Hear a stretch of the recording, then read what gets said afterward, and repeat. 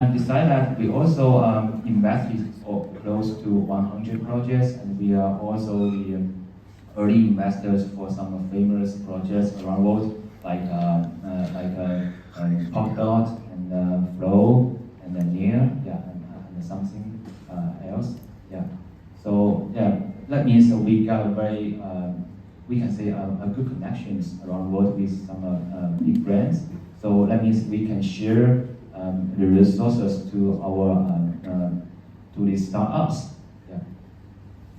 Right. Thank you, Sean. And Mentor, do you want to share your thoughts? Yeah, and I think I probably answered in my prior answer, but I think in addition to the funding side of the pre-seed, seed, up to Series A, I think it's really more so about how we can support. It's really about the how to leverage the network effects of our broad ecosystem.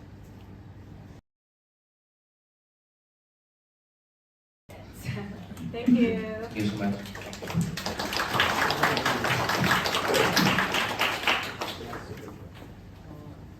So guys, let's take a 5 minutes break and come back in 5.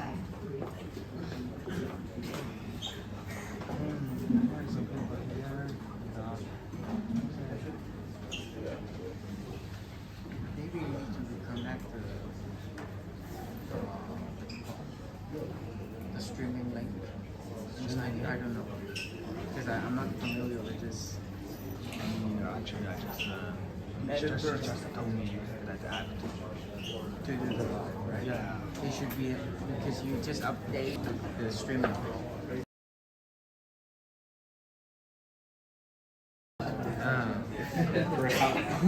for help. Call for help.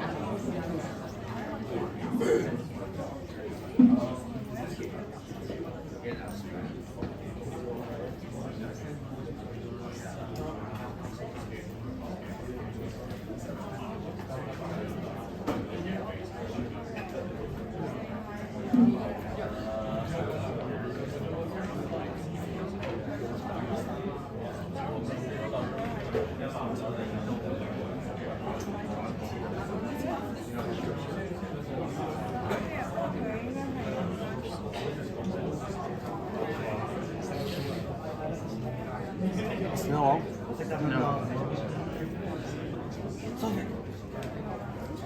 Still not working. Yeah, you need to update. You need to update the streaming link because you seems like you open a new one. YouTube 是可以的，但是没关系，我给他换了一个，然后我跟他们说了。现在用的是这个。刚才他那个我用后来不知道为什么，你慢慢帮我去跟他说。你说的那个是你刚介绍1分钟是就开始我做早一点 Just Works 啊，他不是很早。然后靠这个也不是。Yeah, working right now.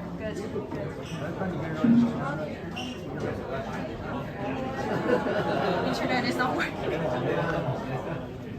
Yeah, it's because something you don't sometimes it just turned off. Sometimes it just turned off. It's okay. We're gonna.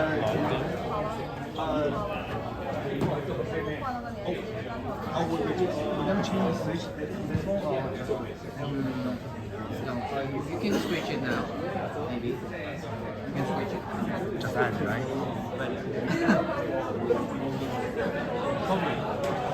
他们要还是要换回来，然后让我把这个关掉是吧？ Just make sure the green light is. The icon on green. So if the internet not working, you go find him. Okay, sure. And It's working. It's working now, right? It was loading, and yeah, I think we'll be fine. No, we also. Okay, sure. It's okay. At least you're using the network streaming, it will work. No need to.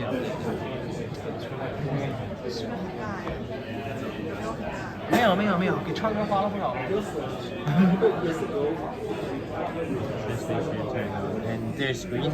There's been someone using the Wi-Fi. Okay, sure. I know. Yeah. I was more secure in this case. Okay, sure. I didn't notice something.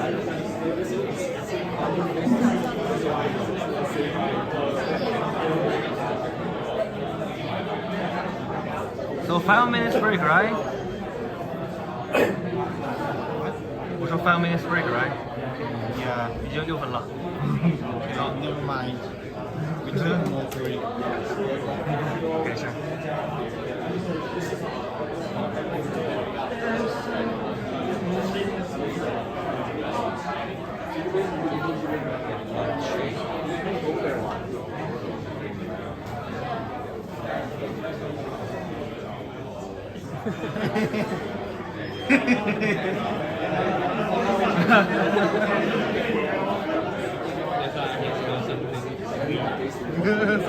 Never laughing like that.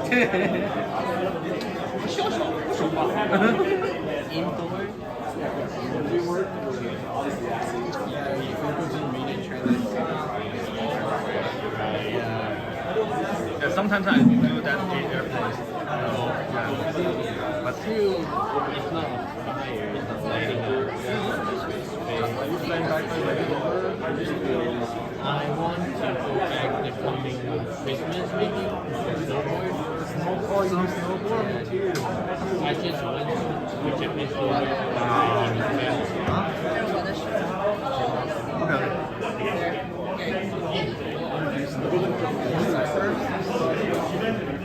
Cyprus, racing, like everywhere. I heard it's really good. Where's the big way is really Big Y, yeah. big way. 它这个呢，是不是一共有3个？它这个线，当闪到最后一个时候，你记得冲啊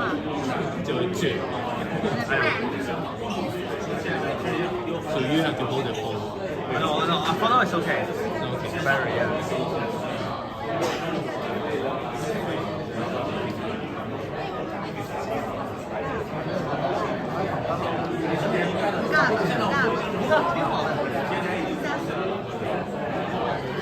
Just behind the shell, even when you use the mic, you usually turn the fingers and the guy just keep turning.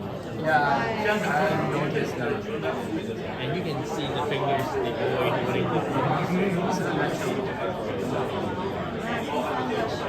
Investment opportunity, right? Yeah, investment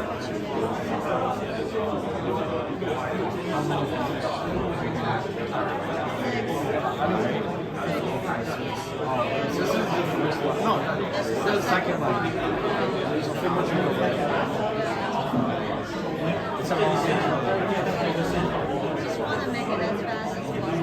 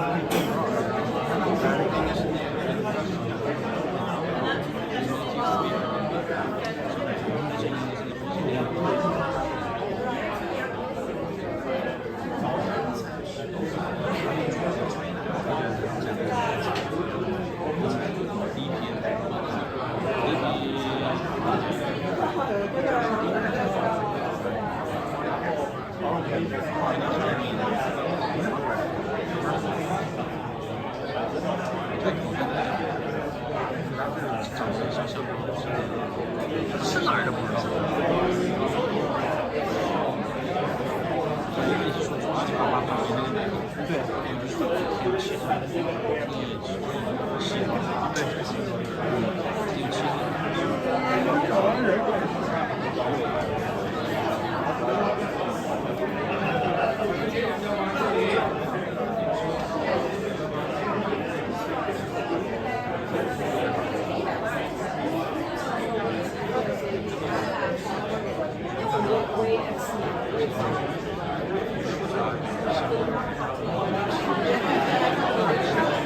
没那么土，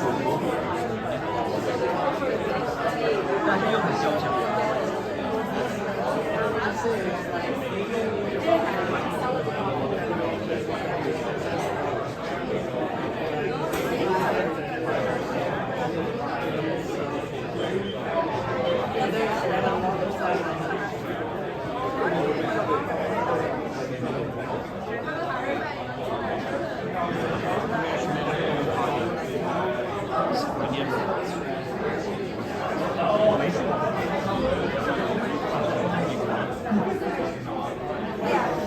我是恩泰。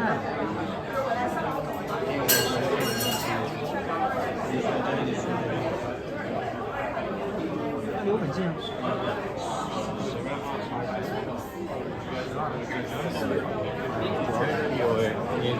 Someone dropped the PPT to you.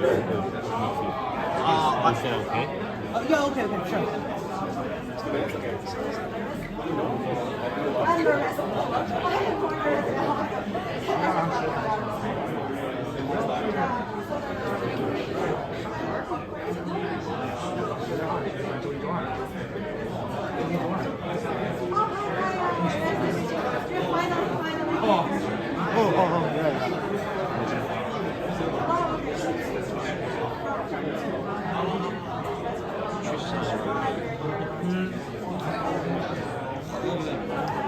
我操，那很危险的。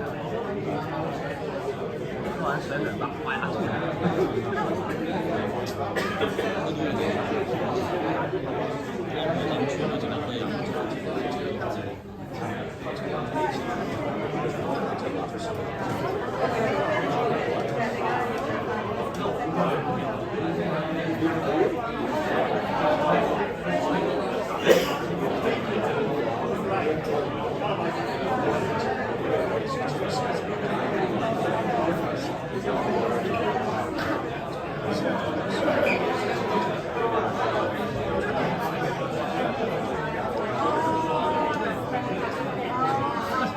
！5 minutes break. 15 minutes already.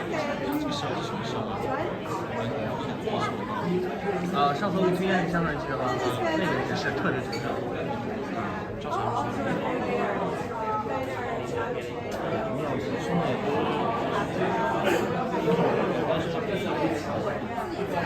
怎么变台湾了？香港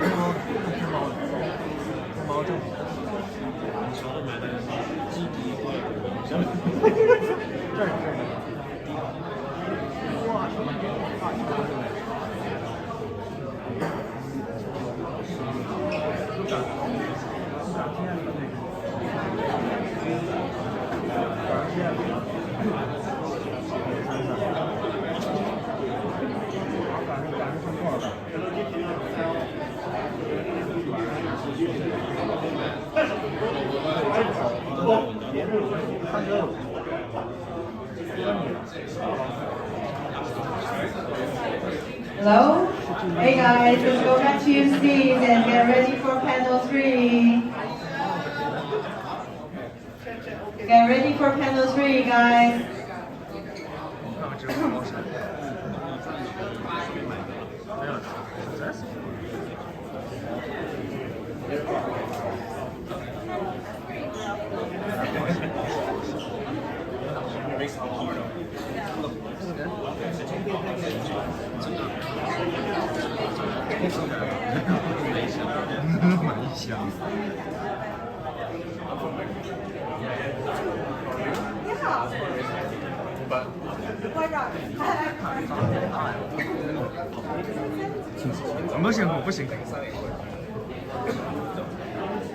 It's okay.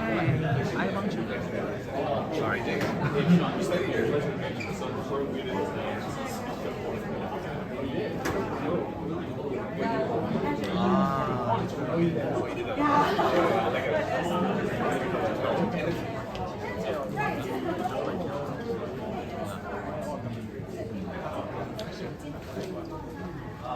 Hello, guys. Have a seat. Thank you.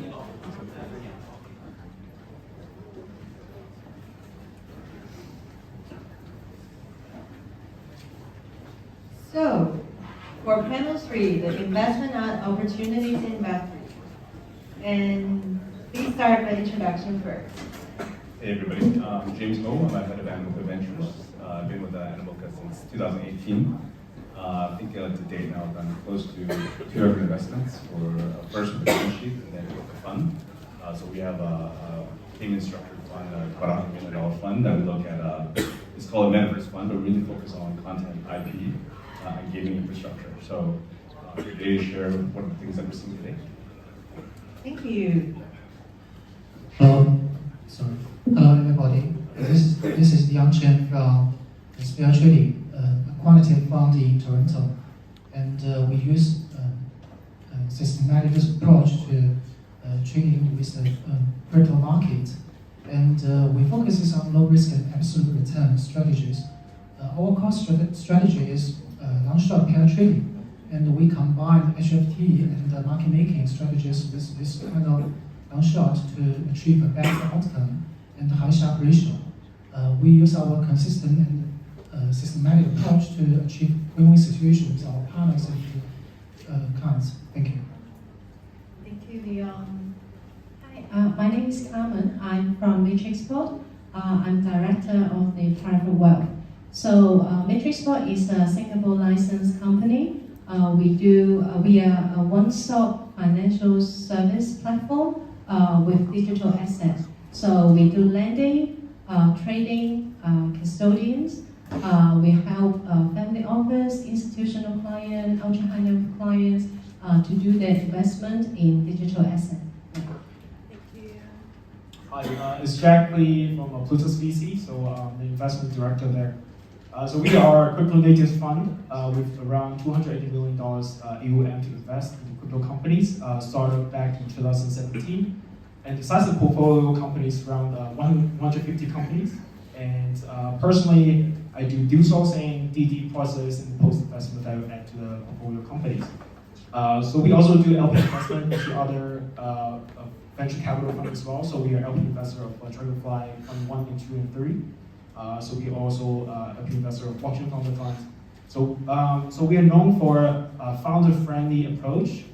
So I spend more than 50% of the time to help the founder grow in the marketing, listing, product. We do product feedback as well sometimes.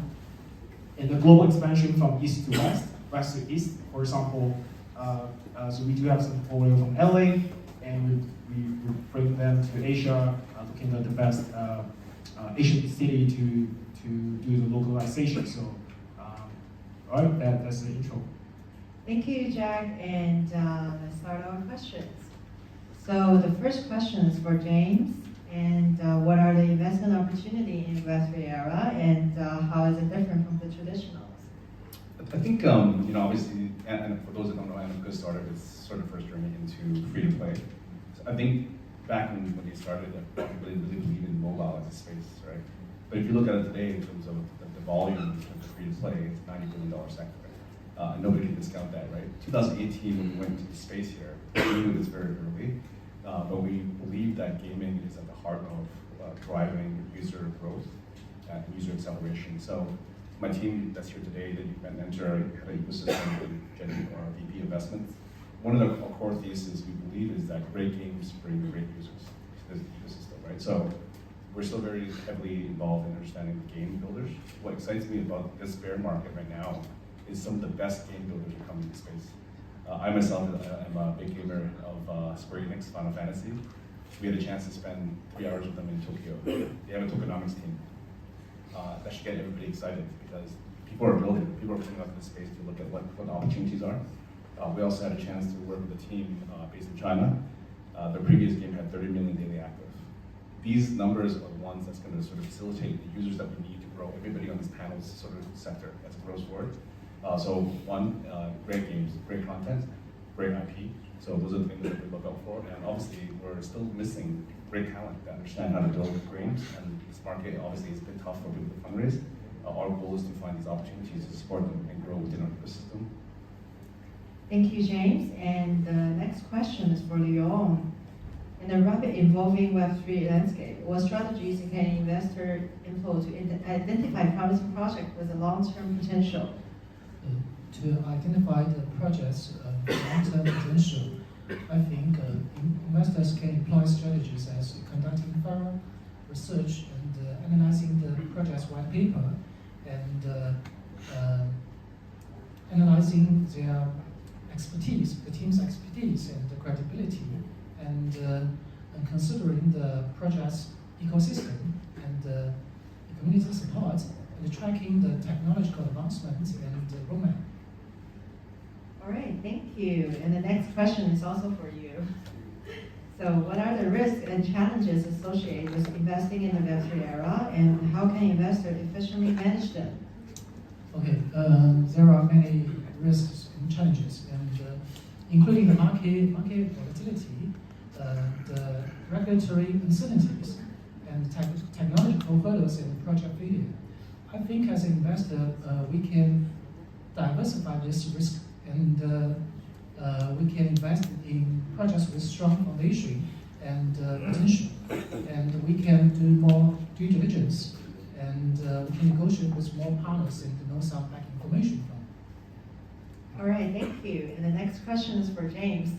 So how can investor manage and mitigate the risk associated with the investing of Web3 projects? Just to add to that point earlier, I do think that it's the art and science of investing in founders, right? So I had the pleasure of investing. My first investment was the guys called OpenSea and then the seed round. It really was betting on what Web3 was. If we looked at the founders, technical founders, we learned very quickly that they didn't spend the money. They wouldn't spend the money. They had 15 months of run rate, which is very rare. Obviously, we then entered into the bull market where people were spending and raising too quickly, right? So keeping accountability and tracking progress and spend is really crucial. I think one of the things that we've identified in our group in terms of net zero or heavy ecosystem is mapping out the network effects. How can we help you build better? How can we challenge you to build more efficiently? Because the ultimate goal is we want to see another 23 million users get onto Web3, right? So a lot of what I challenge when people come to us to raise money, they haven't studied our ecosystem. They need to understand we have done over 23 metaverse investments to date, right? Sandbox obviously being one that's very notable, High Street, Wall of the World. So there's a lot of really strong companies that are being built. Everybody faces a different set of challenges, right? So one is keep them accountable. Obviously during the bull market, people were raising too quickly and spending without accountability. In this market sort of turn, raising is very difficult. So we have to keep them accountable to hitting and unlocking sort of value proposition for the investors, as well as for our network and our ecosystem. All right, thank you, James. And the next question is for Kaiman Metrics Board. So what are the challenges faced by investor in the Web3 era, and how can they navigate through them? Yeah, there's 4 points I want to mention. First of all, is the education. So, like myself, I'm in the banking industry, like a Web2 area. So, most of the time now, at the moment, I'm help educate my clients how you can evaluate digital asset. What is the technology behind? So because now we say fintech, fin is financial and tech is the technology. So you still need to have some background of the what technology behind the blockchain. And I think nowadays a lot of governments have courses, online courses, many places you can learn more from it. You need to learn it first, then you know where you can value the asset. So this is the first point for the education. And the second is the clear regulations. Because regulations bring more investors to confidence, and if anything happens, they know where to go. So this is very important for them. And so by having the framework is very important for different countries to make the Web3 industry going. And the third point is many of my clients will think that where I can get the useful information. For example, the market quite fluctuate, and many newses in the industry pop up quite fast. So how I can act fast, associate with that market news. So we are very similar as a private banking. We have daily and weekly newspaper to share to our investor, so they can understand what's the macro market is going, how it is affect the crypto industry, the digital asset. So it's good to always keep aware of the whole industry going, not just the digital asset, the macro as well. And the fourth point is many our investor will try different platforms for their investment, but they found the platform or the service provider is not transparent enough. For example, they don't know what's the product underlying risk, where is these returns coming from. So I think it's always good to showcase the investor the transparency, what's the company's business model is, what is the risk associated with different products. I think this is more or less most investors now is facing. All right, thank you, Kaiman. And for next one is Lotus VC Jack. So how can investors differentiate between Genesis Web3 projects and those that are already leveraging a buzzword for marketing purposes? To identify genuine Web3 projects, so I will summarize in 3 things. OG and C. O is on-chain data. So we always look at the on-chain data. One of the very good tools is doing analysis. For example, you can check the BTC holding of US government right now. So I checked it last night. So you can check out all the fluctuation changes every second. And second would be the G. G would be governance. So I would identify it as a voting process. So actually there is a mini cycle in the governance, creating proposal, voting on proposal, and executing on proposal. So we'll definitely look at the whole mini cycle for this governance part, which is G. Number 3 is C. So we look at the code base as well. So we first of all we will ask. So we prefer the code base to be public in the very early stage. For example, GitHub, check personally check the author of the code entry and on the reputation of the author, and how many followers do they have on the GitHub. So that would be a very good starting point to understand the project. So to identify genuine Web3 projects from other type of projects, we look at O, G, and C. Yeah, so those are three things I will start in the first conversation. Thank you, Jack. And the next question is for James. So, are there any specific sectors or niches within the Web3 ecosystem that offers particular compelling investment opportunities? You know, we're still looking for a lot of opportunities right now, but we just spent the last 3 months on the road. We traveled about 60% of the time global mandate. We spent EDC, Denver, Denver, went to NPLA and NPNYC. We're still looking for some great projects. Obviously the team does an amazing job at looking at understanding wallet technology. Typically our wallet investments, we do think that's a great opportunity to onboard. None of our wallet investments, they all have content backing it. One of the companies we backed, they are one of the leaders in the SMG gaming. So they do about $2 billion revenue in traditional free-to-play gaming. We think they will have figured out how to build a Web3 game that will onboard maybe multi-million users. So those are the ones we're looking at right now. We studied Anamify, looking at that as well too. At the core of it, I think right now we're still thinking, we're seeing more and more crazy folks coming out that are building in this cycle, and it's very difficult to raise. But most of them are coming out with a very set example of building great games. The likes of Konami, Capcom, Sega, they're all coming out, right? All the super consoles guys are very excited about building this space. All right, thank you, James. And the next question is for Leon. So how important is it for investors to understand the underlying technology behind Web3 projects before investing? It's crucial for investors. It allows them to assess the feasibility and the potential of the project and evaluate its competitive advantage and make informed investment decisions. And familiarity with concepts like blockchain, smart contracts, consensus mechanisms, and a decentralized network can provide value insights for those investors. All right, thank you. So the next question is for Kaiman. So are there any unique considerations for institutional investors to look into the Web3 space? Yeah, because institutional client, we also mentioned, in Hong Kong definition is they have liquid asset above 1 million US, that is institutional.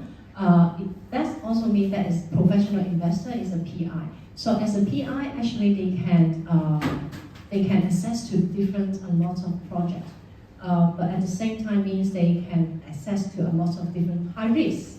So in terms of the risking, so investors should look into the local risk because they can easily invest globally, but different local regulations is different. So it will be very careful when doing a global investment. And the second is the risk tolerance and investment tenors. Because in terms of investment, there is 5 different categories. So you can either direct invest in Bitcoin, for example, Bitcoin or digital asset, or through the structured product or derivatives, and VC or PE fund, this is the third one. And also you can invest in ETF or the stock directly, which they have crypto or digital asset exposure. So those 5 different categories with different associated risk and tenor. For example, if you invest in a VC or PE, you may looking for a longer tenor and maybe higher return. But if you are looking for a derivative product, maybe shorter tenor, and the return is also different. And the underlying exchange risk, underlying platform risk is all different.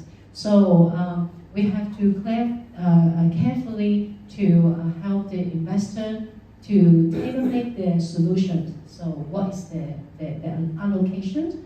And the thirdly is the percentage of the digital asset they want to put in digital class. Traditionally, they will put in stock market, they will put in bond market, but nowadays they will think about maybe 10% or 15% or even 5%, depends on the size, to put in the digital asset. So we also help them to manage like the overall digital asset allocations. So those 3 points are very important. And from my experience nowadays, for family office, institutional clients, really hard at the moment is they don't know where to start from 0 to 1. This is the most hardest point.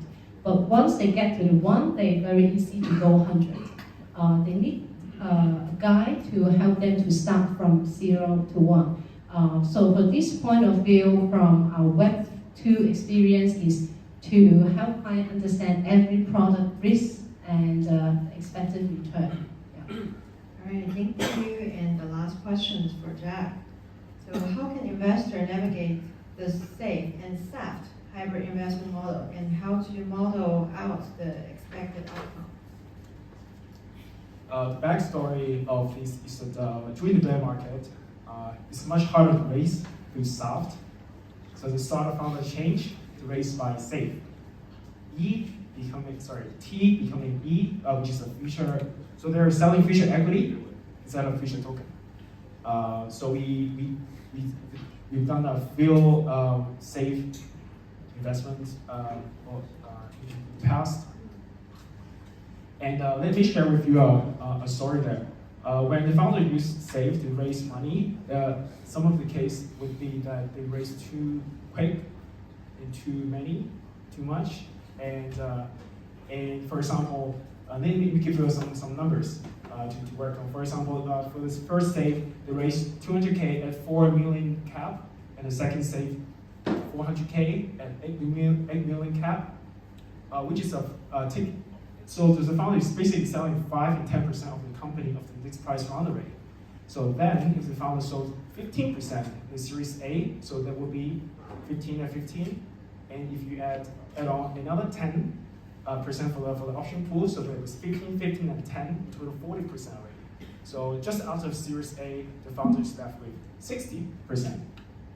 So that happens a lot because the good thing, the beauty of safe investment, especially the concept from YC back in 2013, which is around 10 years so far. So it's been, I've seen quite a lot of adoption in the blockchain fundraising process, and I've seen a new trend, which is selling equity and with a token together. So safe and soft together. So as an investor, so we also it would be a really good idea to look at a cap table of both sides, and to avoid one risk, some of our will sell more and too fast during the safe area, and not telling, not sharing, not having a fully mapped out fundraising roadmap. So there will be some surprises after during the Series A round. So that would be a new trend. So selling equity, selling token at the same time. So that would be a new innovation, mini innovation during the fundraising process that I'm seeing. All right, thank you, Jack. So that's all questions for the panel. And one additional question from the Lighthouse. Simple one. So what role does token play in Web3? So anyone want to answer that? Jack already answered it. I mean, obviously governance, a lot of the, how we sort of, a lot of the, if you look at the breakdown of how tokens are input into the design of economics, a lot of the ecosystem, like one of the most famous investments is Yuga Labs. Ecosystem is allowing us to run and manage the DAO. The DAO is actually a part of how we sort of are shaping and developing the experiences in the games that we're building. Right, thank you. Thank you, James. Is there any other thoughts? Delegating the power to your communities. So there will be the major difference between Web 2 and 3. So for example, Web 2 is a centralized entity. For example, Facebook, they share the interest and benefit to the shareholders. And while Web 3 may be decentralized through a format of token. So they can vote, they can have a say, they can forward a proposal, they can even reject the proposal. So, so delegation of power, engaging and empowering the whole community, even they're not concerned, they're not investors, they just walk by, they can still have a say to the whole future of the project. So that would be the beauty of blockchain, the Web3 company, so through a form of token. Great, thank you all for the panel discussion. 3 opportunities. Thank you.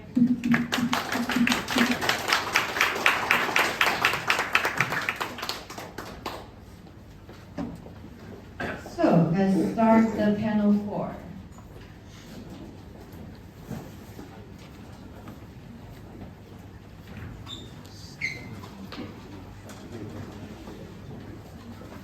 So the panel 4 is about AI in Web3, and Omnize, IOST, and music.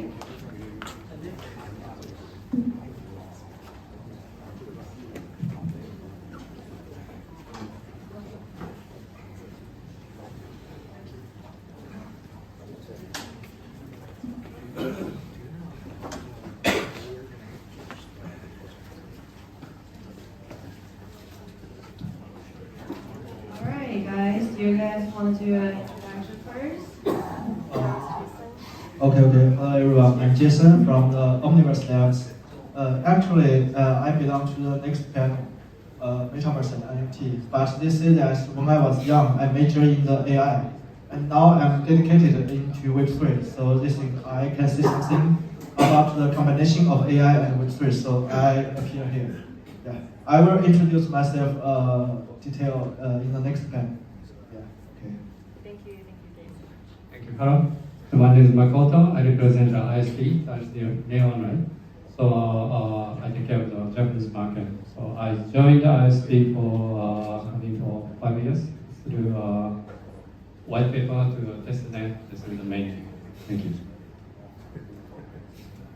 Hello. Hi guys. I'm Miles from Music. I handle creative direction and product development. So music mainly focuses on metaversal concert experiences, but right now we're heavily moving into applying artificial intelligence in a number of our virtual island projects. All right, thank you. So let's officially start our question. So the first one is from Makoto. What do you think can do as layer 1 with AI? Well, so talking about AI is a broad topic. It's very coverage, very wide. But a point of ISP, the point of the layer 1, which I think this is supported by BitValue for integration with AI. Yeah, thank you very much. For the ISP is planning and has been working on the next big mainnet upgrade which supports the AI that gives creating subchain for creating subchains to provide the service for the AI or NFT or many services that the developers approach to the deep learning, right? Combining with the AI, so that one gives more throughput. Because if you communicate with the AI, the layer 1 platform expect lots of transactions, right? So transaction for the transaction we have to support for the lots of throughput. So also the usability for the developers. So yeah, all that kind of thing. Thank you, Makoto. And the next question is for Jason, Omnize. So how will AI be integrated into the Web3 ecosystem? Okay, that's a good question. as we will know that the AI and Web3 are two dimensions about the future.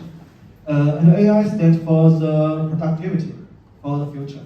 And it will give the individuals certain ability to complete the task more quickly and efficiently. And the Web3 stands for the advanced production relations. It will enable the individuals of trustless and decentralized to collaborate with each other more reliable and to finish the certain task. So I think the combination of AI and Web3 will be the greater than the part of the sum. In my opinion, from my point of view, in terms of that the Web3 empowers AI, is that I think it will fundamentally change the AI model training method. As we all know that traditional AI model training needs a large amount of data and needs a large amount of computing powers. It's very high threshold, so that only a few giant companies can afford it. So that will lead the centralization and monopoly of the AI. It's a very dangerous thing. And I think the Web3 can help change these ways. We know that Web3 can help the decentralized collaboration mechanism to the AI. So this can be reflected in terms of experts. So they can contribute to the model tuning or the algorithm optimization. And this can also be reflected in terms of data. So users can provide their data to the model through a transparent and open market in the blockchain. And their contributions will all be recorded openly and transparently. And the corresponding incentives can be given in return. So that will create a positive circle. And also this can be reflected in the computing power. For example, as we all know, that Bitcoin is a network that needs a lot of computing power. But it doesn't need a company to afford all these companies. Through its decentralized incentives, miners around the world can join to provide their computing powers. Also, we know that the computing power AI needed is not similar as the hash machine as Bitcoins, but I think the similar mechanisms can be reversed. So that's one aspect. And on the other aspect, in terms of the AI enables Web3, I think is that the AI can help the Web3 culture to be more diversity and decentralization. We know that the ability of AIGC can make the creation of NFT more efficient and simple. This will contribute to many grassroots creators in Web3 and help the decentralization and diversity of cultures in Web3. So that's all. Thank you, Jason. And the next question is for Makoto. So how will Web3 users benefit from AI and blockchain? Yes, I think this is related to what I said, so the LSD and also layer 1 or what he mentioned. So I think the users, especially the Web3 users, benefit from two things from AI and blockchain. One is the data, right? So because users or ourselves are creating anonymous data every day, like with wearable devices, right? My customer has data every day or transportation, like moving around, what is like this, talking to each other. So in the Web 2, of course, those data is used and leveraged by the companies. But in the Web 3, I think that there is an important concept into the idea of self-surveillance ID, which is SSR, right? The SSR, the concept is that you can manage your own data, right? And whoever you have the data, the personal record, you have rights, and you are free to access to your own data. So the blockchain it's the same. I think that's the same fundamental blockchain. The future very important feature of blockchain is traceability. So the data you can trace who owns data and when to give. So the AI is AI starts to generate from the data. So we have to feed the data to AI to generate, right? So that we can trace the data who who feed the data to the AI, so that the ownership of the data or the users can get a benefit. I think like he said, in the incentivize to the data owner provider. That's one. Also, the second is blockchain node or validator or backend or whatever you say to support the ecosystem. So when the AI communicates with the blockchain or platform, we expect a lot of transactions. So a lot of transactions means a lot of rewards to the node for the validators. I think that's a two things you can get as a user from AI and blockchain. Thank you, Makoto. And the next question is from Miles. So, what are the challenges and limitations of AI in Web3? Well, the first one that obviously comes to mind is that with a decentralized system like the blockchain, any sort of implementation is going to require huge amounts of computational power. So we've seen localized examples of how AI is implemented on cloud computing. I'm sure many of you have tried to get a taste off of a consultation with ChatGPT. The list, like the queue goes on and on. So the same can be expected when even blockchain technology itself is such a computer power intensive endeavor. Applying an extra layer of autonomous intelligence would prove taxing to the infrastructure. Well, the second part would, again, my partners have stressed, and reoccurring theme is data, data, and data. So, and this is not something that's new to just Web3. With Web2, you've got Facebook, Instagram, Foursquare. With all that with all that data, it's only taking us to recent, like everyone's been busy getting their hands on big data, what data is being trained. But it's only recently with AI that that's made it possible for us to actually analyze how that data is processed. And that really stems into interesting territories, because while we are still short of breathing life into machines, we've certainly given machines the ability to dream on our behalf. And with that ability to dream, it comes for the need. It doesn't come for free. Like, there's need for lots and lots of data for the AI to process. But where do we draw the line as to what's okay to share and what's not okay to share? Well, thirdly, again, it stems into regulatory territory. So we've all seen like the amazing things machines can do when they dream. Whether in terms of art, its ability to write out a full song based on just a caption of the Mona Lisa. And music itself, being a veteran in metaversal music production, we've made avatars, doppelgangers of actual real-life stars. And I think AI and technologies in general's advancement, it's not so much its limitations and challenges, but more so it really forces us to think about how we do stuff in Web 2 and its limitations. So, for example, Michael Jackson, like a decade after he died, who owns the right to every song played? Does the company own its liveliness? Does the record company, or is it state? And the same can be applied for, let's say, AI's usage in generating art on the blockchain.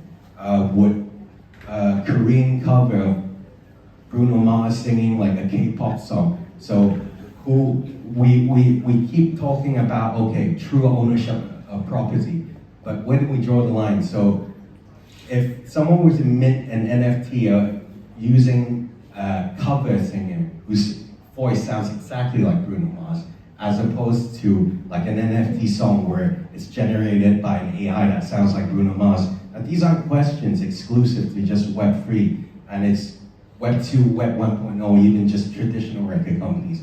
Where do we really draw the line? All right, thank you, Miles. So the next question is for Jason. So how can AI help ensuring the trustworthiness and the authenticity of the decentralized identities in Web3? Okay, also a good question. Yeah, I think this is a field where AI can play a great role. As we all know that AI is doing a pretty good job in the user portraits. For example, the shopping apps knows your shopping habit even better than yourself. And the short video apps like TikTok will push the videos you are really interested in. Yeah. They know yourself even better than you. And when doing this, AI is when solving these problems, AI is making inferences based on the historical data of your behavior. But in traditional ID system, it depends on a certificate that the issuer issued to you. It must be an authoritative issuer. Yeah. That means that it means that in the traditional ID system, you are not yourself. You are described and granted by a third-party authority. You even don't own your own identity. But I think AI can help change these ways. I said, unlike traditional ID system, depends on who is the issuer and what certificate is issued to you. AI didn't know who you are, and even didn't care about what other people say about you. The only thing he needed to know is what you have done up to now. So considering that, we know that Web3 and blockchain is open and transparent, and all the historical data of an account is well documented in the blockchain, and can be accessed easily. Everyone can access it. So it gives more space for the AI to exert its ability of user portraits. So in my opinion, in the future, if we can combine the user portrait ability of AI with the DID in Web3, I think the credibility and the authenticity of the DID will be quickly improved and enhanced. So that's all. Thank you, Jason. And the next question is from Miles. And is how can AI and blockchain technologies be combined to create a decentralized marketplace that prioritizes the privacy and data protection? Hello. Well, two ways where AI can be applied to build like a new version of Web 3.0, where again you pointed out with data privacy and efficiency as a standpoint. So two such techniques. There's federated learning, which basically it's a form of data processing where, let's say in the past, you have a spider crawler, a Google crawler, a search engine crawler that goes all over the web, collects every little character you input onto your phone, and feeds it into a server where that data, that huge chunk called big data is processed. Now, the way federated learning works is that instead of feeding all that raw data into a centralized server for processing, the processing is done locally on your phone. So a lot like what my friend has described in terms of how data is processed by the AI. It doesn't need to know who you are, what your name is, what you look like, but more so extrapolating assumptions based on your behavior, which actually is a much more secure way of processing private data. And I apologize for analogy. So one such application of federated learning can actually be seen in real life use, which is the implementation of AI cameras under and above water at public swimming pools. Now this obviously covers the chance that human lifeguards might, on the off chance, not clock like someone who needs saving. But what's interesting is more so the way that data is analyzed. So unless something happens and requires review of the footage, everything happens within the black box. Only then AI, the regulating AI has access to that information. And it's really on a need-to-know basis of, unless something unfortunate happens, that data can be pulled out, and not without authorization. All right, thank you. And the next question is for Jason. So what are the potential ethical concerns related to AI development investing, and how can they be addressed? Okay. We know that today's AI is very strong and powerful. It can help people to output some creations, like we know articles or pictures, or even codes. So, but the subsequent problem is that on the surface we say that it's AI assist, decision making, AI assist, but in fact we know that when facing a large amount of data, most of us do not have the ability to deal with such amount of data. So AI can do this. So when facing such amount of data, how can we deal with the data and to judge whether the AI's decision is right or not right? If it is reliable, we cannot judge it. So the only thing we can do is to trust the AI. So it's not AI assisted decision making, it's AI making the decision. So it's a very, very dangerous thing to say it. In the traditional world, we can have a peer review, and if we find that something is wrong in the process of execution, some centralized authority can stop it.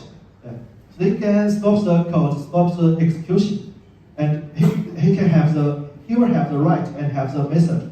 But in a decentralized world, who can play the role of the whistleblower to find the mistake and to stop it? And how can we stop it? Since we know that the code is wrong, executed in a decentralized way, in the blockchain, code is law. How can we stop it? So I think that it's very crucial for us. It's a crucial thing for us to consider. Frankly speaking, I don't have a standard answer to this question, to this problem. How can we solve it? But I think maybe that the development of the AI will help to promote the growth of the DAO organization.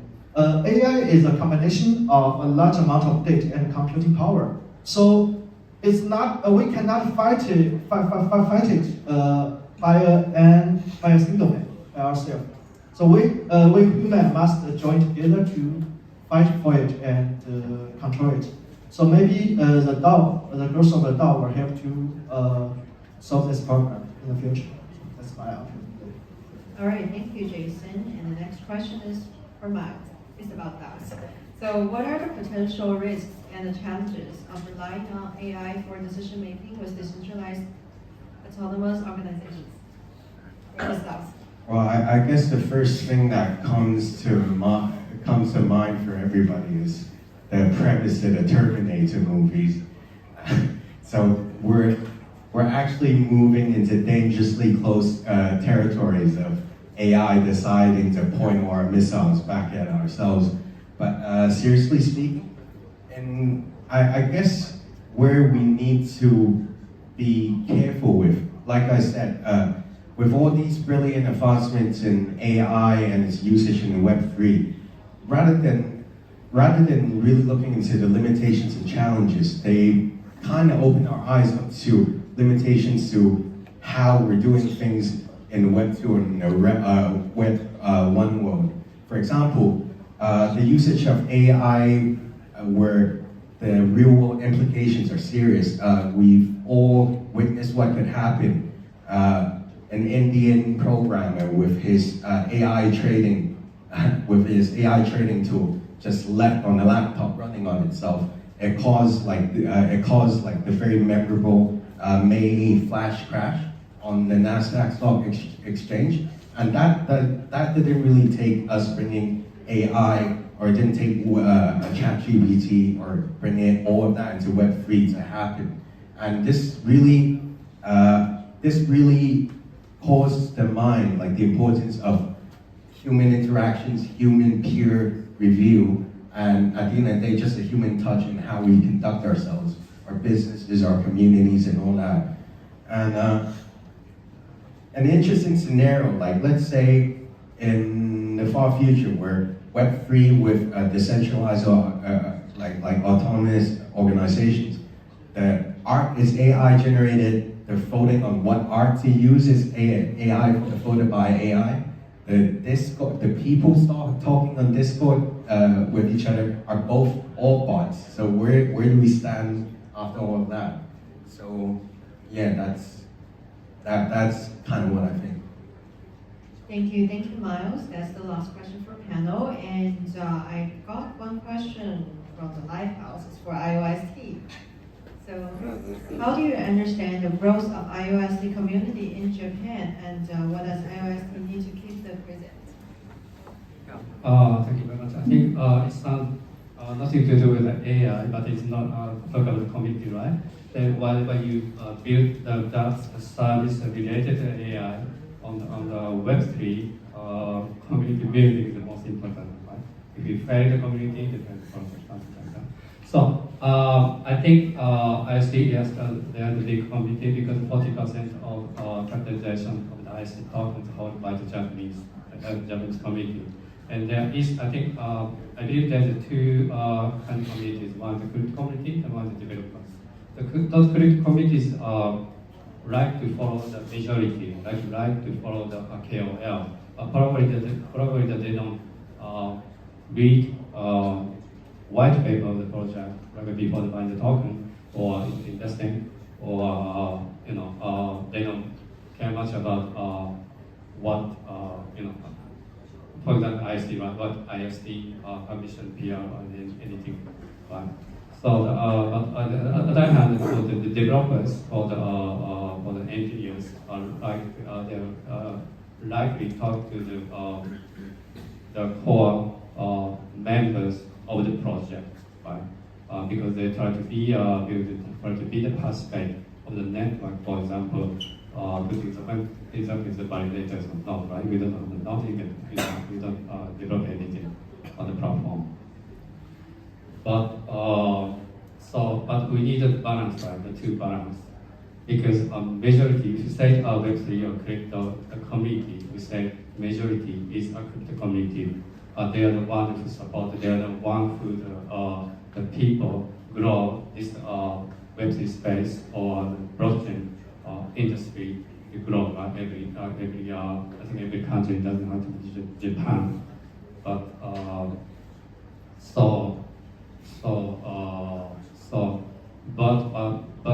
this Web3 or blockchain is supported by born and rise by the developers, so that we have to care of our developers.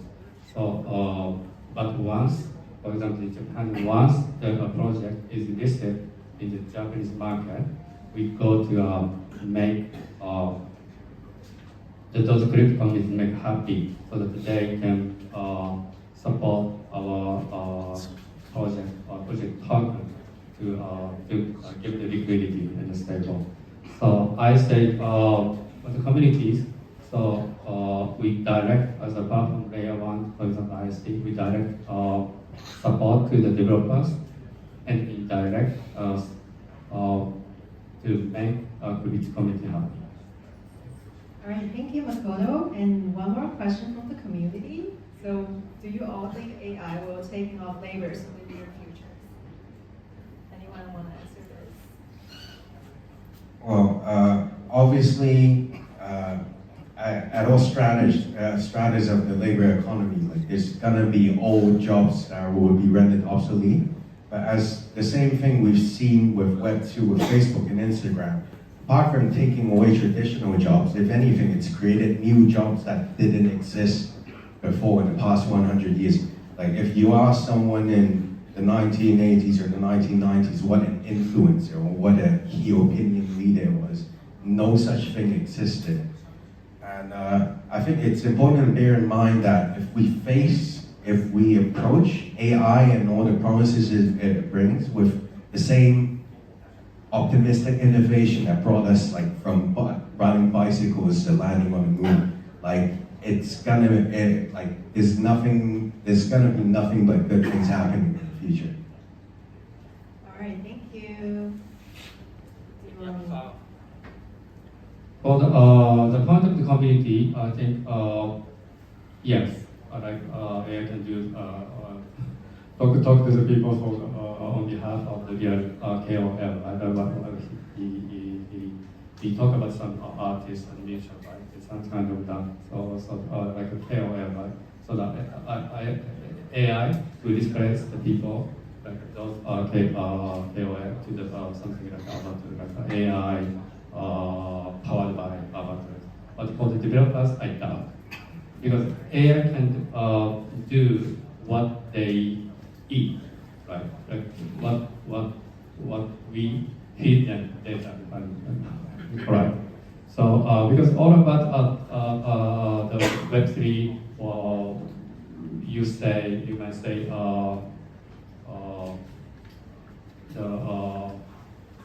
the Nakamoto or whatever we here is created by the brand, right? So I think the AI can do that good for like routine. They can replace our routine. They cannot replace our humans' creativity or something. Thank you. So that's all for. Their answer is good enough, so I have answered to them. Okay, no problem. So that's all for panel 4. Thank you guys. Thank you, Jason. Thank you. So let's take a 5-minute break and come back with the panel 5.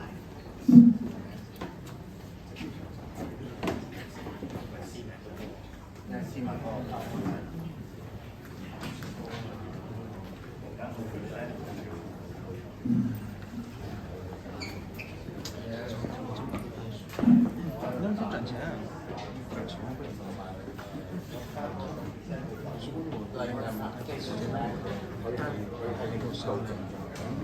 I'll just stand right here.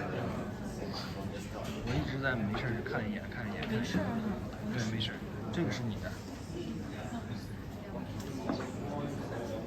啊。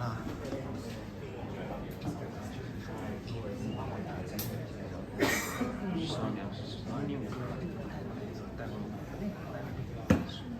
你说这主要是你在玩，还是你的逻辑？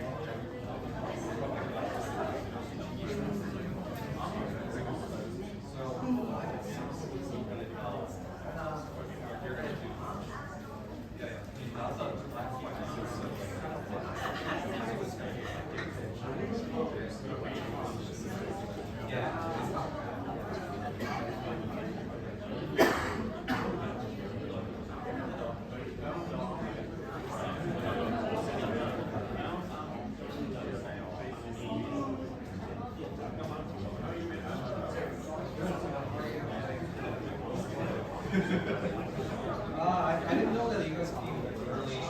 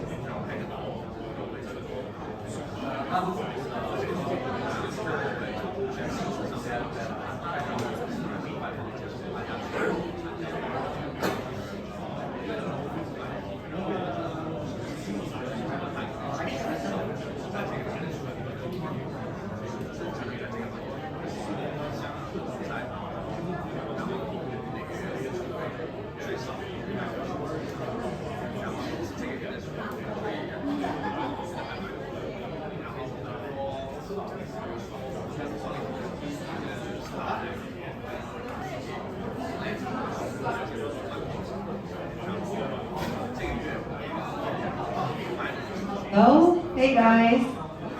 Hello? Come back to the seats, please. Get ready for panel 5. MVP。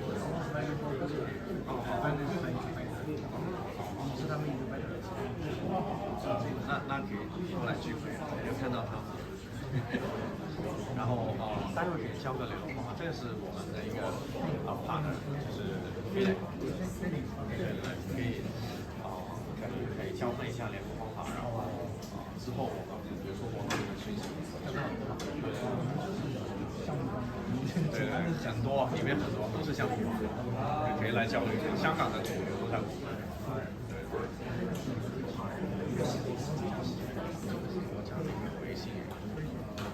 All right, let's start the panel discussion 5. So before we started, actually we have a presentation for all of you guys, like 5-minute presentation for all of you guys. Start with the first one. You guys don't have to come up first. Yeah, so just kind of wait for the presentation.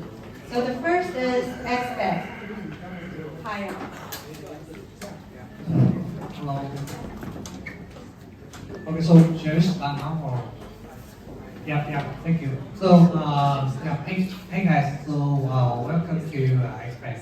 So a very short introduction of XBank. XBank is actually open money market of NFT. So if we try to interpret what's the open money market, it's actually a lending protocol for NFT. But what we have seen is that before people own an NFT or before people was able to use an lending protocol, they have to own an NFT in the first place. Which means that if you don't own an NFT, you will never be able to access the money market of NFT itself, like Bendor, like NDFI, or JPEG. What happened last month? Like Blur, one of the largest NFT marketplace, they just released a new product called BLAN. And BLAN itself actually raised quite a lot of attention in the product itself. And what BLAN has done is actually they enable final parameter for the NFT marketplace, and they actually raise quite a lot of capitals from the ETH market. And what XBank is actually doing similar part, but we actually have a different product philosophy with each other. XBank itself is actually trying to enrich the fireware of NFT market itself. Because what we believe in is actually NFT itself is actually a database only. It's a data type only, it's rather than an asset only. And the fireware of NFT itself, we still need to part. The first part is like we still need a degree of freedom for money supplies, and we need more and more people to support the identified ecosystem itself. And the other part is that for entering any NFT asset, it's actually very high opportunity cost for normal people. And what we are looking for is actually trying to lower down the cost of it. So our topic today is actually how we're going to move Web 2 to Web 3. And XBank have elaborated quite a lot of this topic in the past years. What we figure out is that, okay, so education is the first phase, education is the part, but besides education, what else do we need to move people from Web 2 to Web 3? The most key point is like, is it possible for us to lower down the cost of decision? Like, okay, I'm going to buy or I'm going to shop one of the assets with a very low opportunity cost, then it's easy for me, it's easy for my life, and I can just do it. So this is a key point. Next please. And what we figure out is that from the due analytics, the trend data analysis, what we can see now is that the lending market still have like 6 times of the potential to go, and the lending market itself is far away from the fulfill at this stage. Yes, please. And the key point of the key feature of XBank is like XBank is actually a peer-to-peer lending protocol, which is actually similar to Blur. XBank is also supporting the collateral service. That once you have tried to buy an NFT asset with a very low down payment, I will allow you to sell your collateral in 1 second, so that you will be able to harvest the premium itself. And the other point for the XBank itself is actually we allow trading up, which means that if you own an Azuki, we will allow you to upgrade your Azuki to an app. If you own a Numbers, we will allow you to upgrade your Numbers to Azuki. Somehow like this. Next please. And the most key point part here is like for XBank, we allow people with different roles, with different players to join XBank permissions, which means that for anyone on XBank, you are allowed to stack ETH as a liquidity provider. You will also be able to the seller or XBank platform. You will also be able to both either the seller itself and the LP itself. So if you are NFT, if you are an NFT owner or if you are an NFT community, you will be able to make use of Explain's protocol to provide liquidity for your NFT project, and as well you will be able to collect interest rate from your community, or either you can try to buy back your stock from the NFT market. I think that's all for Explain, so we will discuss later. Thank you. Sure, thank you, Kai-Young. And the next one is the next. It's for Parallel Hong Kong. Amber. Hi, I'm Amber from Parallel Hong Kong, and we are creating a real Hong Kong based on the blockchain technology. This is our product in the metaverse. We recreate the real Hong Kong distance with official map data. It's at a 1.1 scale, and we're using the real Google Map data and to create a metaverse product that is you can walk around in it, and like you are really walk around Hong Kong. And the most important point is we allow the digital payment method in it. In Hong Kong now we're stating at we can buy products with Hong Kong dollar, but in Parallel Hong Kong you can pay things with the cryptocurrency. And our team used various technical products, and we have already commercial collaboration with those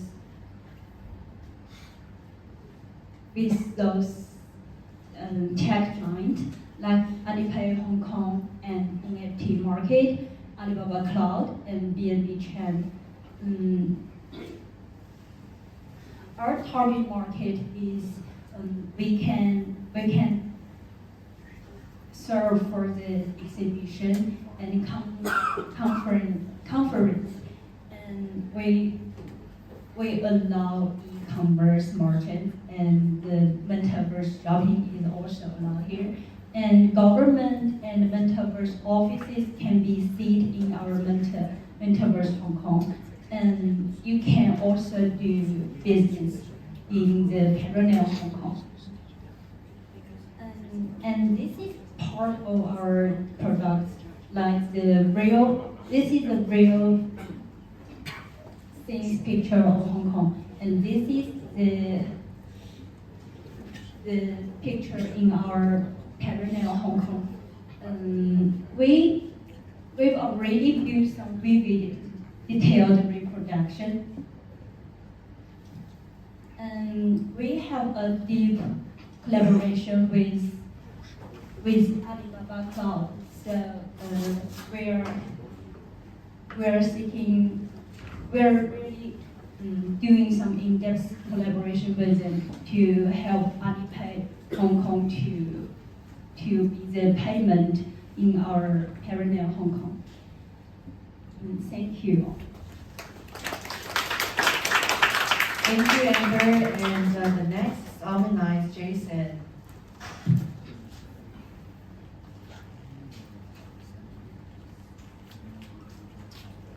Okay, hi everyone, see you again. So I will introduce the Omnis for all of you. Omnis means Omniverse decentralized ledger. I think it will be very useful for the metaverse and the NFT in the future. So I think I need to introduce here in this panel.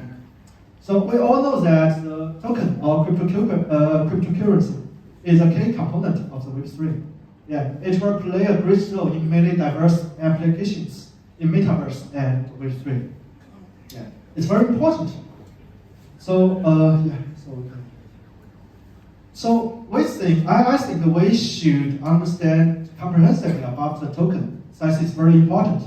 So if we sum up the properties of the token into two parts, That's extrinsic properties and intrinsic properties. So what is the extrinsic properties? It's the utility of the token. For example, it can act as an asset, currency, vote, or NFT collection, PFP, or the ID system. Yeah, it will vary with the project. Different projects have different token utilities. And the intrinsic properties is the most fundamental and the common ones of the token. We see that is transfer, receive, or exchange. It will never change with the project. Every token have it, and every token need it. It will never change. But most of the people focus on the development of the extrinsic properties. Yeah, we usually call it it's economic model design. Yeah, familiar with us. But few people pay attention to the intrinsic properties. Maybe they think that it's perfect, nothing need to improve, but that's not true. We still, for example, we still do not have good method to deal with tokens among multiple chains. You cannot use your token of chain A in chain B directly, right? So maybe we have some compromised method, just like the token bridge. Yeah, we are familiar with the token bridge, many token bridge in the market. Yeah. But the token bridge is just like a bank. You deposit your own asset into a smart contract of the token bridge in chain A, and it will give you a wrapped token in chain B, right? Then you can use a wrapped token in chain B. But there are these two problems. First is the security problem. I mean that the only thing in your control is not your asset, it's a wrapped token. And it is issued by the token bridge. So the authority and the security is granted by the bridge. That's the first problem. And the second problem is a fragmentation problem. That means tokens are divided into separate parts, into separate chains. And you cannot operate them as a whole. So that's why we started to solve this problem fundamentally. And we call it the plus the bridge. That means if you use our token protocol, you do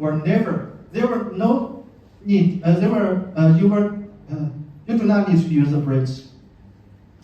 So considering there is not enough time for me to explain the technical details, I will briefly introduce the main functions and main features of the Omniverse. So the main function of it is that if you issue your token following our protocol, then users can use your token in diverse chains. And in any blockchains, he can use a token and get a correct result in any other blockchains. And the key features is that it's boundless. As I said, you can use it in diverse chains just as in one chain. And the result is deterministic because any status change is based on the cryptographic signature by your private key instead of the trust guarantee and its compatibility. You can use it just like ERC-20 or ERC-721 in Israel, for example, and it will be efficient. We will provide a zk to do the transaction synchronization among multiple chains. So I'm not just bragging. We have done a lot and have a lot of outcomes. We received grants from Web3 Foundation, and we have proposed the EIP 6358 proposal, and we are the third place of the Toyota competition. So no time to explain it. So that's all. Yeah.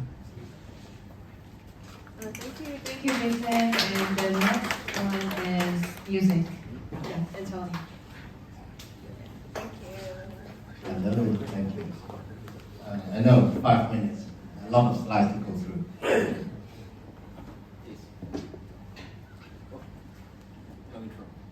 Yes.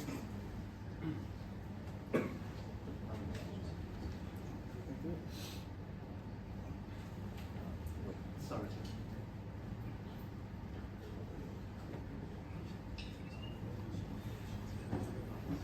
Right.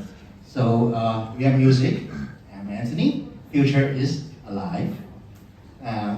What we are doing, who we are. We are an entertainment tech company. And our founder has over 15 years of experience in providing IT solutions to entertainment industries, like in the music field, the movie field. So, and yeah, that's our vision. We want to bring a new experience for music entertainment. We want to revolutionize the whole industry. Leader, Mr. Kenneth Chow. He was the honorary president of Hong Kong Science Park Tech Training Network. Great guy, great network. And the tech side, we have Professor Francis Lau. He's the head of Department of Computer Science at the University of Hong Kong, and the Associate Dean of Engineering. So strong tech. So what we have been doing, yeah. So in February, we have hosted the first ever Dualverse concert in Hong Kong, probably in Asia, live metaverse concert, which sync. We use the motion capture technology as well. So all the motions is like syncing at the same time, and the online there's over 10,000, and offline there's around 1,300. So yeah, next, thanks. Yeah. And just a few days ago, we finished another metaverse concert. This is a singer that has been in Hong Kong for decades. Even my grandma knows him, and it's very iconic. We tried to put up a show, and the tickets all sold in like 45 minutes. Yeah, great work, guys. And next, please. Hi. Hi. So, yeah, other than concert, what we have been doing, we have joined, participated in lots of events. Like we have done we have been doing like the anime shows in Hong Kong annually. We have participated in the International Motor Expos, and this is the band show, BAM, the Mercedes-Benz. So in Central, I think it's in August, in October, and that's the CEO of bands. And what we did, we have provided him with an avatar, and he was using his avatar to do the opening speech at the band show. So these are some of the artists, our own artists we started promoting. We have made, as you see, we have made some virtual idols for them. So, and we using all the motion cap technologies to do like the ME on them. That's what we've been doing. And we also studying some AI technology at the moment. AI being not first visually, and also on the music side.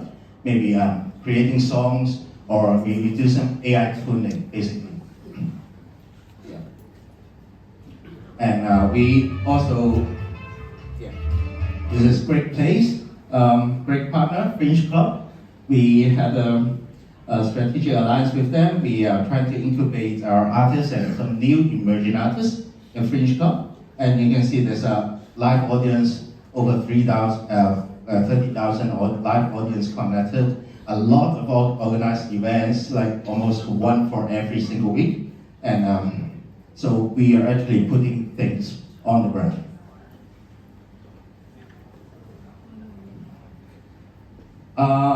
So yeah, very, very good. And where we'll be going? We'll still do the concert. In fact, in July, we hosting a concert in Star Hall. It will be something related to Web3 and NFTs. That will be cool, so keep alert.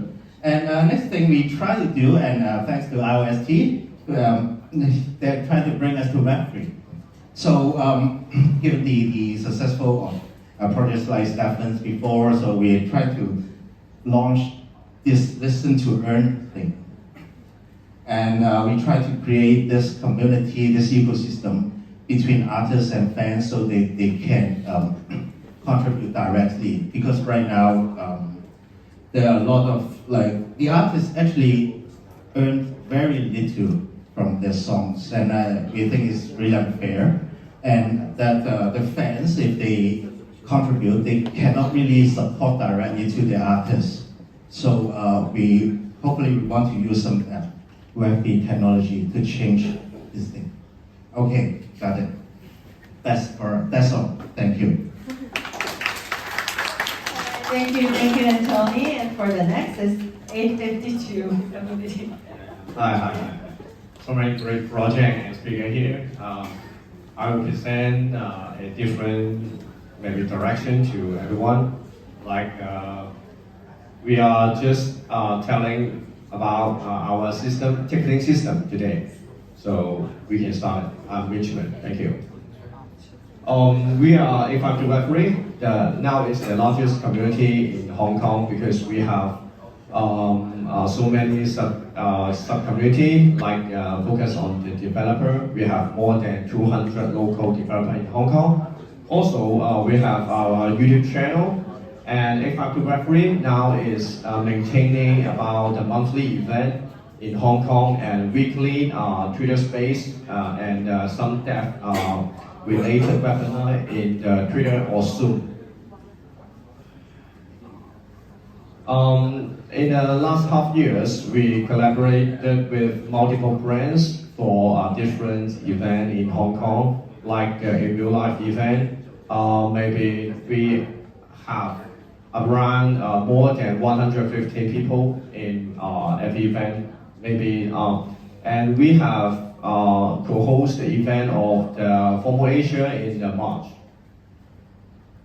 And we are so honored to create the event and give so many great guys and a lot of is working on this industry in Hong Kong have well attended with more than 4,000 people from December 2022. Because we want to improve maybe the experience of the attending to the event, especially we are a Web3 community, so we developed a Web3 ticketing system by ourselves to fix some problem of the traditional ticketing system. In some problem and solution, just like now we have few Web3 ticketing platform, but they also still have a poor ticketing purchasing experience, and they lack of ongoing value or post-event engagement. So our ticketing system solution is just like the web tools, logical to let the people can buy the ticket in one click.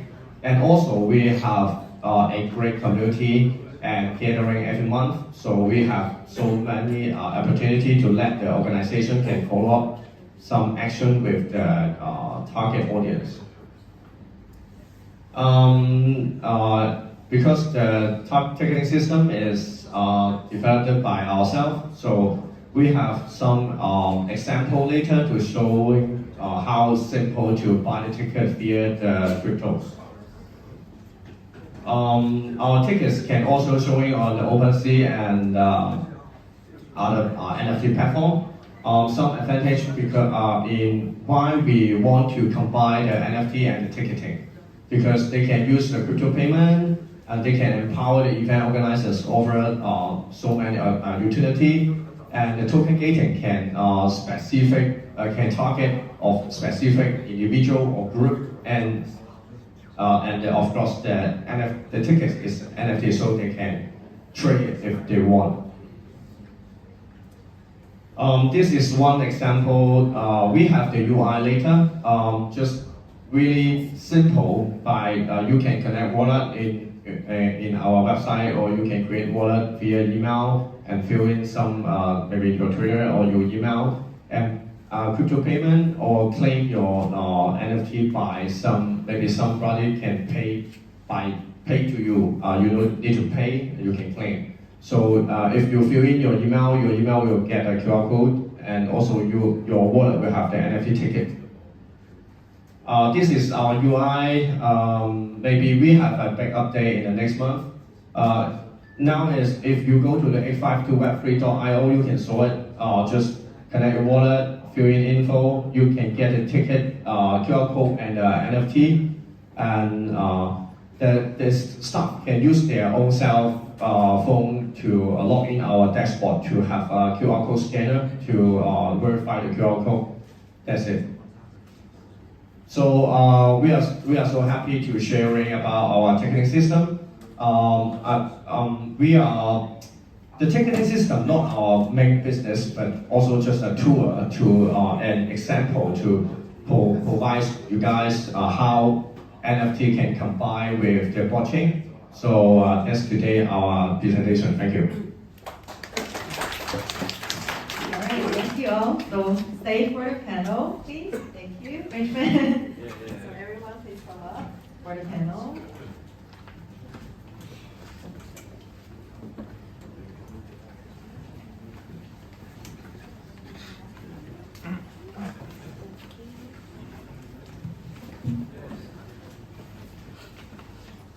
All right, so the first question is actually for Jason.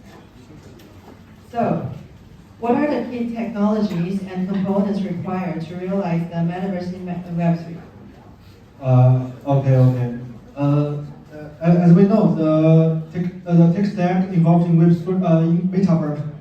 metaverse is very broad, including the edge computing technology, the display technology, and others. But as related to Web3, I think is that the blockchain technology based on cryptography and the consensus algorithm, I think it will bring two important properties to the metaverse.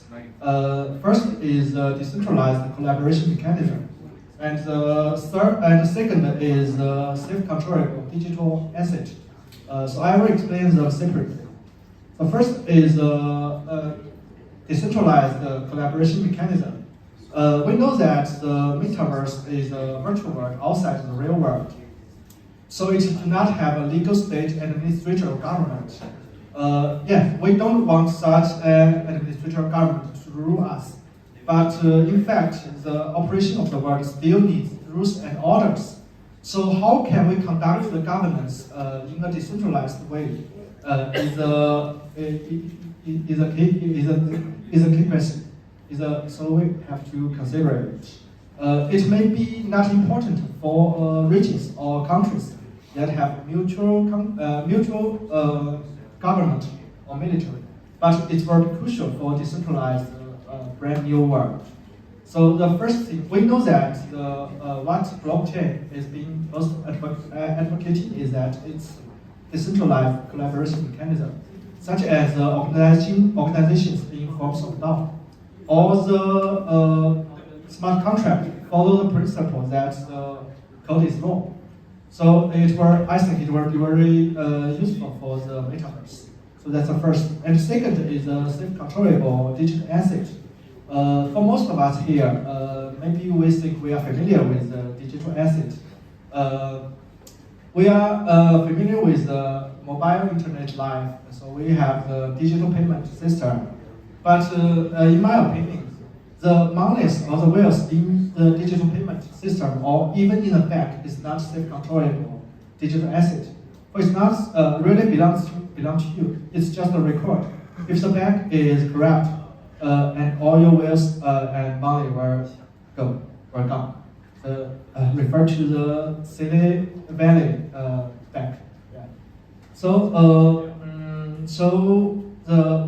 But in blockchain Web3, we know that you can control your own assets by your own private key. So that's a second thing I think will contribute to the metaverse. Yeah, that's one. All right, thank you, Jason. And the next one is for Music and Tony. And can you elaborate on the concept of NFTs and their role in Web3? Well, NFTs, they're unique digital assets, and they represent ownership and authenticity of the proof of authenticity. So it can be related to both virtual and physical items as well. Like I see projects with like watches. You got an NFT watch, and which you can put on an avatar, and at the same time you've got your own very unique that specific watch you can wearable and you can show off to others, which is a pretty cool thing. So as for the metaverse, I think it mainly plays a role. It's actually a platform where the NFTs can be transferable between individuals. So there are many type of things like I don't know, virtual lands, avatar skins, collectibles, artworks, and all that other things. So what we try to do is, on our side, we want to make NFTs into music pieces. Like every song they can make an NFT, and then the fans can buy it and support it to their artists, and artists can afterwards can make more songs. There's a fantastic ecosystem. So I think that would be something like that. Yeah, thanks. All right, thank you, Anthony. And the next one is for Winchman. So, how do NFTs contribute to the development and the growth of Metaverse in Web3? Like Paul said, NFT just like a growth role to determine the digital assets, ownership, origins, and security. And for example, in the Metaverse, if without NFTs, that maybe the content just like digital data only.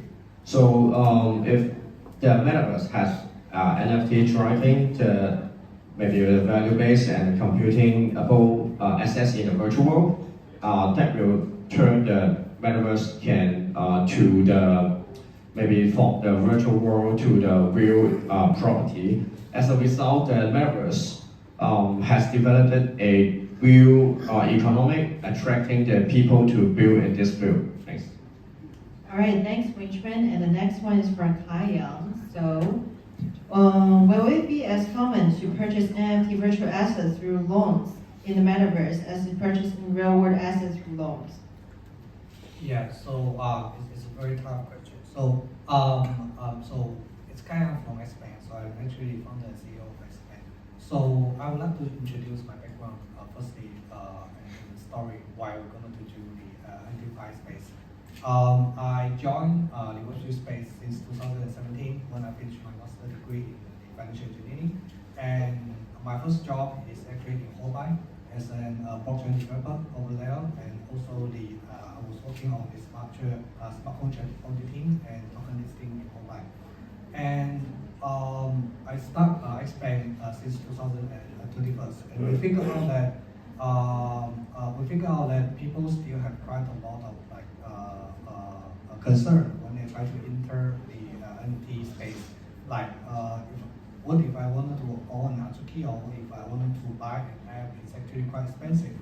And we figured out that the NFT marketplace is actually not actually fulfilled by the loan itself compared to our daily life. Like, people pay loan for everything, like house, like car, like consumables, like luxuries, and even for something that we prefer, like even for a concert ticket.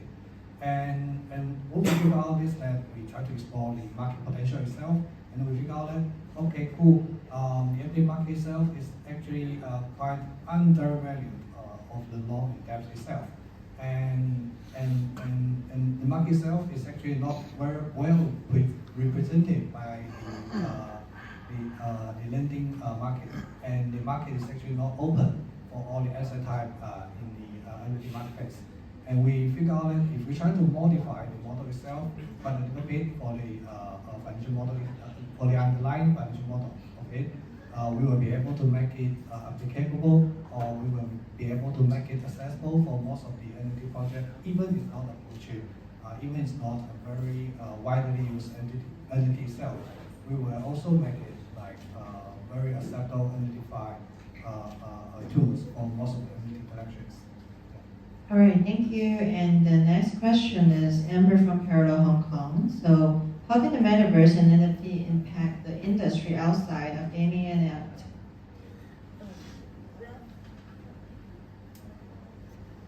I think everyone here should share the same knowledge that the Metaverse have the potential to disrupt the diverse industries like healthcare, real estate, and like networking, and retail. And take retail as an example to say that the Metaverse in retail really provide a platform for people to buy some real good things by using the NFT, and the NFT can be used and can be tokenized as a tool to doing trade in the virtual reality world. So the combination of NFT and the metaverse is a perfect integration to help the metaverse become a more reliable thing. All right, thank you, Amber. And the next question is for Jason. So what are some challenges associated with the development and adoption for the metaverse in Web3? In my opinion, there are two challenges. First is about the performance. We know that the Web3 or blockchain has been developed for more than a decade, and many specific application scenarios have come into being.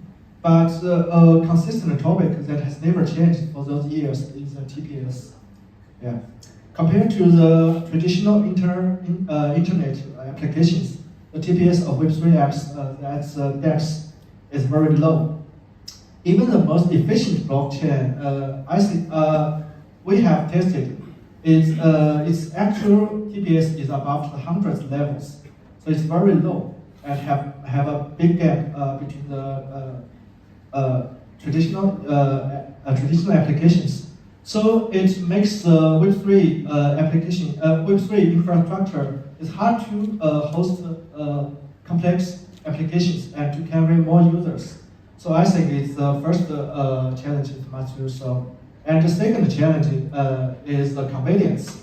If we have used the DEX, we will know that it's very hard to use and hard for people to understand it. For example, the login system. In traditional in traditional applications, we use the account and the password to log in. It's very easy and everyone can use it. But in Web3 or DEX, we must use the private key and the public key. It's hard to memorize and to use, so it's not very convenient. And the inconvenience is not only due to the production maturity, but due to the technical architectures.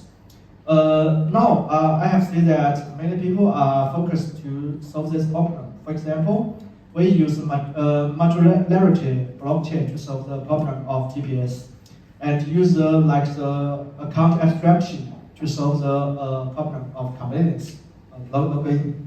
But that's not enough. In my opinion, I think that the decentralization is a key features of Web3. But sometimes we don't need extreme decentralization in any application scenarios. Sometimes we must to balance between the ease of use and the decentralization in some applications to solve the problem entirely. So that's my opinion. Thank you. Sorry, I would like to add a little bit about this question. Yeah, sure. Yeah, so what Jason just mentioned is actually tech challenge. But from our point of view, it's an application layer or it's an application, the key point of the adoption is actually how you're going to distribute your incentive or the efficiency of your incentive distribution. Like how you're going to check people, how you're going to attract people to make use of your applications over there. The another key point for the adoption here,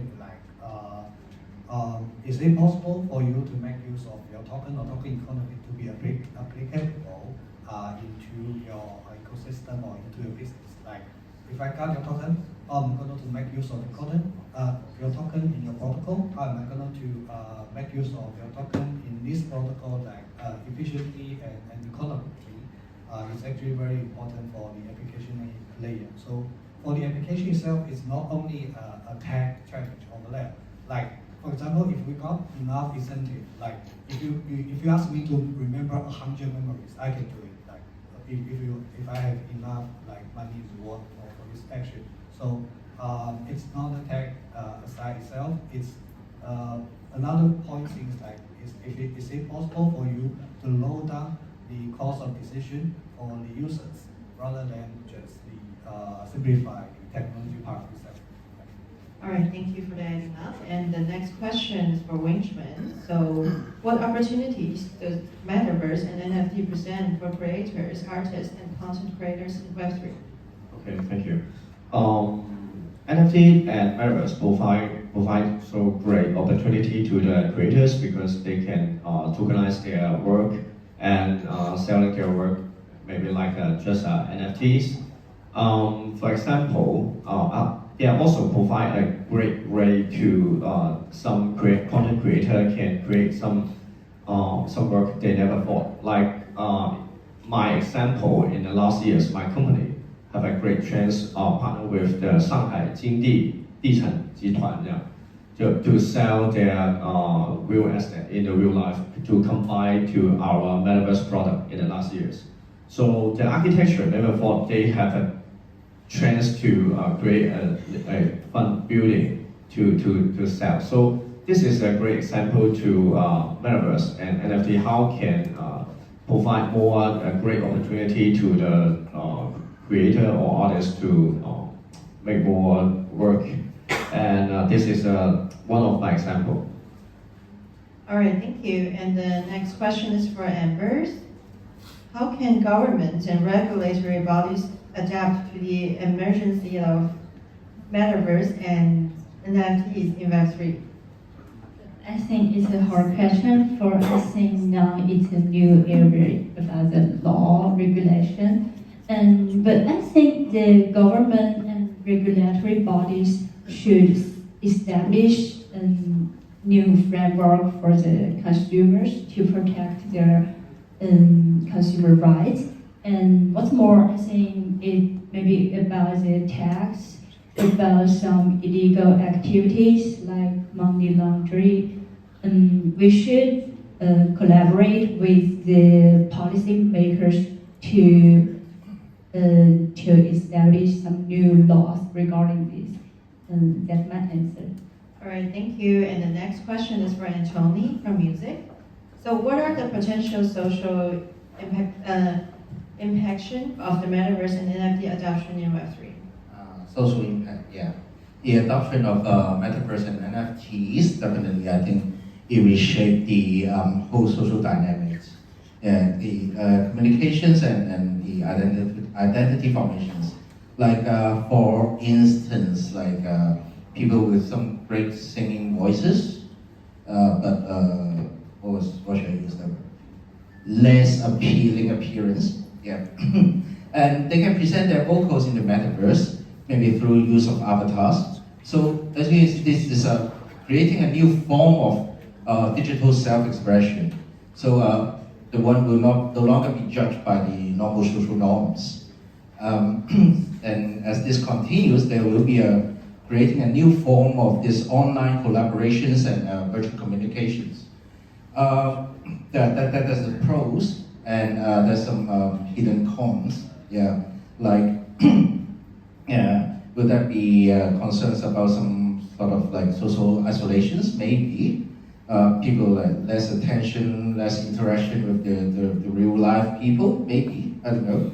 There may be concerns on addictions, maybe, or even like blurring the virtual and the physical realities. That like someday or rather, like decades later, yeah, someone comes up to you and offer you a red pill and a blue pill. Red pill being staying in the metaverse, and blue pill, let's go to the real one. So yeah, that's my thought. Thank you. All right, thank you, Antony. And the next question is for Wing-Chun. So how can the metaverse and NFT impact the economic and redefine the traditional business model in Web3? Okay, metaverse and NFT have changed the revenue model, revenue stream, and changing the traditional business model. One example is maybe the job market, because the new age or these generations, people can work in multiple jobs in same time. So work in multiple projects. They have so many ways to get revenue. I think this is one of the impact of the traditional market. And the traditional economy have facing so much challenge because the tech is innovative. So if the traditional market, they don't want to lose or phase it out by the time, they should thinking how to combine the new technology, like how to combine blockchain, how to combine the new maybe payment, something like that. This is my fault. Thanks. All right, thank you. And we have the last question for Kayang Xbank. So what is the future development direction of NFT finalization? So what's the future of NDFI itself? If we try to look into the NDFI scope itself, if we try to look into that for two directions, like horizontal and vertical, if you will figure out that, so basically the NDFI itself, they actually rely on the entity asset itself. So you have Ethereum asset, you have Bitcoin asset, like BTC entities. And for the entity file itself, horizontally, they will be able to explore the possibility of integration with like Bitcoin entities. Like I don't know how, but probably with some kind of Bitcoin smart contracts in the future. And vertically, for the entity file itself, they will try to figure out more business model beside lendings, like including like is there possible to have a stable coin for NFT itself? Like you can try to calculate all these NFT price or try to project all these NFT assets into one stable coin. Or is it possible to build another infrastructure that for NFT itself that will be able to build a better liquidity layer, underlying layer for NFT assets itself? So horizontally, there will be more assets supported like Ethereum NFT, Bitcoin NFT, other real assets. And vertically, they will be able to look into a new business model like stablecoin or NFTs. That's all. All right, thank you, thank you. I think that's all for the panel, and we got 2 questions from the Lighthouse. So the first one is, there are numerous to music. Oh, okay. So there are numerous NFT projects on art and collectible, but very few on music. Why is that, and what makes you think that music's NFT music project will be successful compared to the others?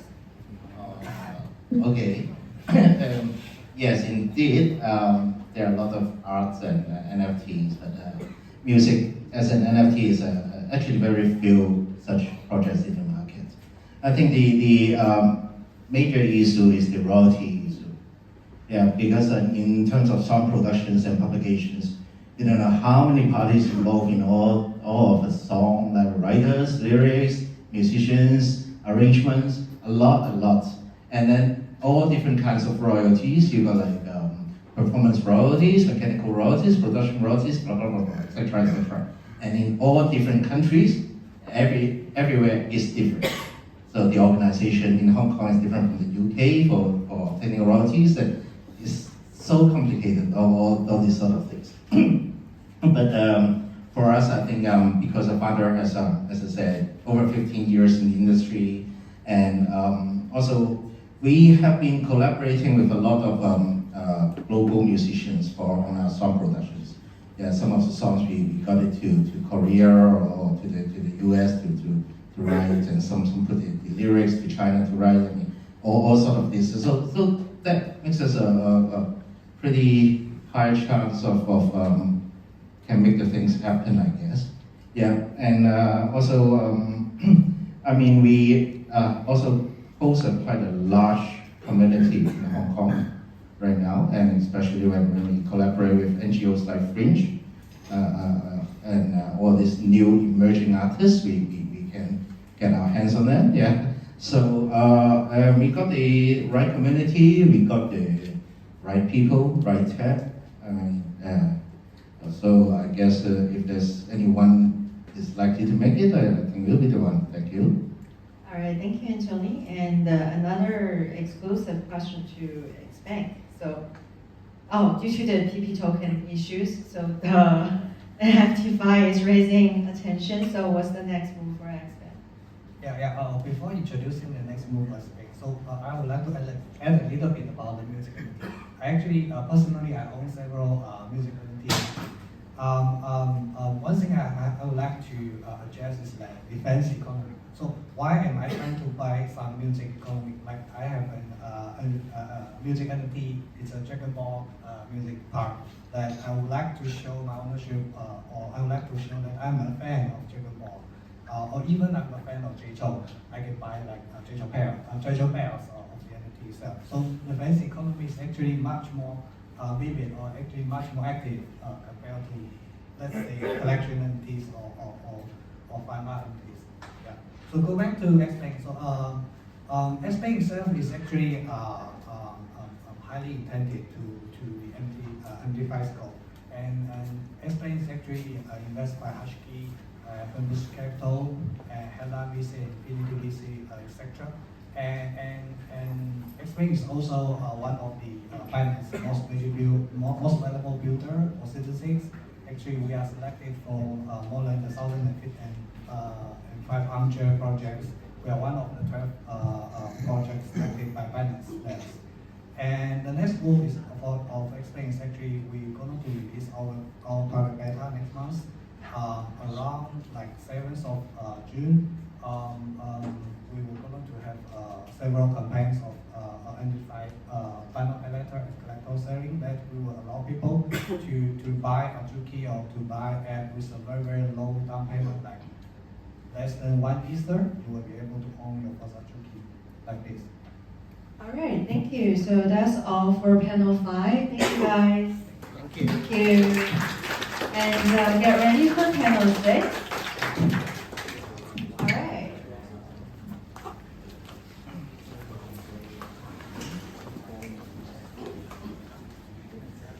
Okay, so the first one is Clanford.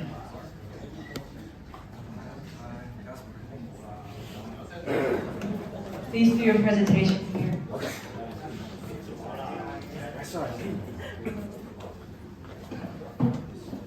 Okay. Hello.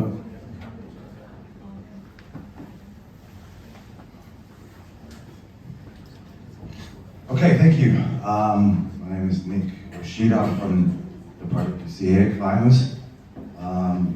Firstly, let me just say, we are a company from Tokyo, Japan. We've been making games for 20 years plus.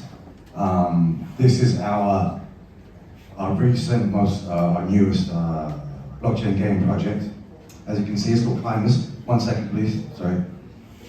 So it's a Web3 game for Web2 gamers.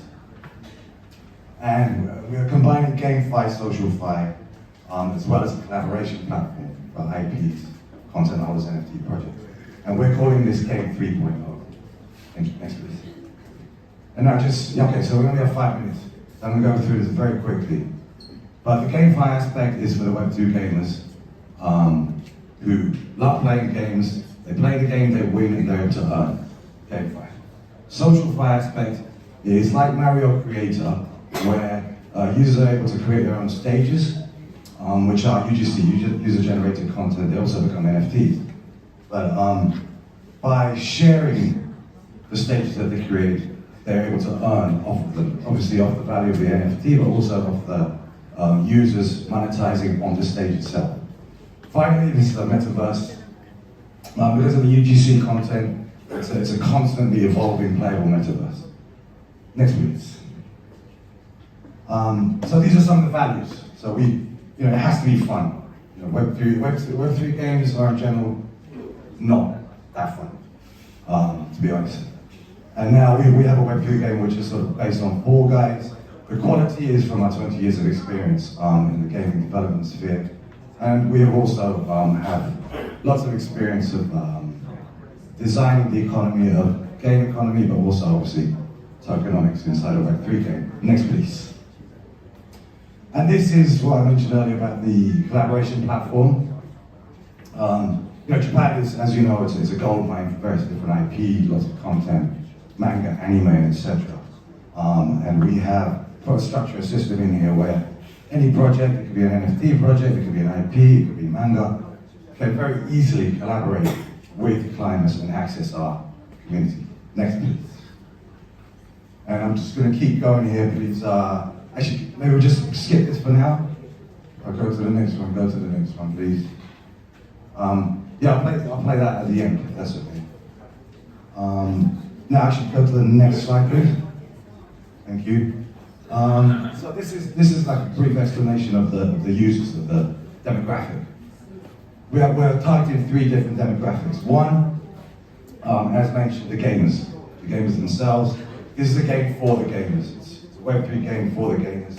We know what the gamers want, or we think we do, and we have made this a game where the gamers can have fun and get addicted, basically. Next is for the creators, the people that are creating the stages for the other players to play on, which then become NFTs. As I said, you can monetize on the stage itself. And finally, we have the investors, who are basically crypto investors, crypto lovers, people in the crypto sphere, who will come in for the voting rights, for governance tokens, and aim obviously for capital gains on the raise of the value of the tokens. There are also character tokens in the game. Too much to go into in 5 minutes, but it has all sorts of very different elements, and these are the three main demographics that we're targeting. Next, please. How are we doing? You okay? 1 minute. Okay. So these are some of the characters.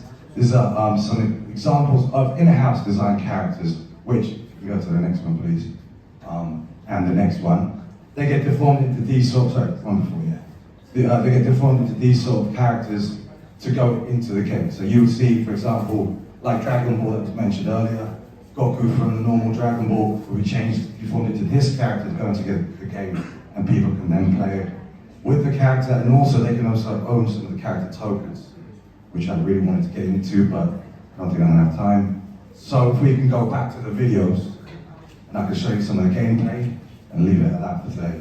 So this is the starting, the intro screen. You can press play somewhere around here. Or not, maybe. Yeah? Okay.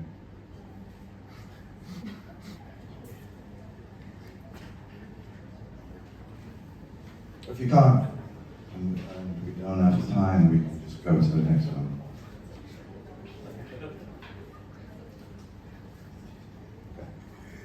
Alright, it's not going to play. Right, you can get an idea of what the game. Oh no, here we go. So as you can see, there's that Fall Guys element to it.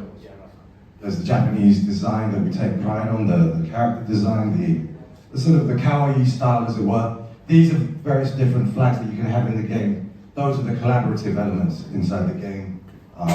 These are other games. You can have the characters just sitting there. And this stage itself, obviously, can all be created and designed by players themselves. And you fall, you die. That's what it is. Okay. Great, okay, thank you very much. It's fine.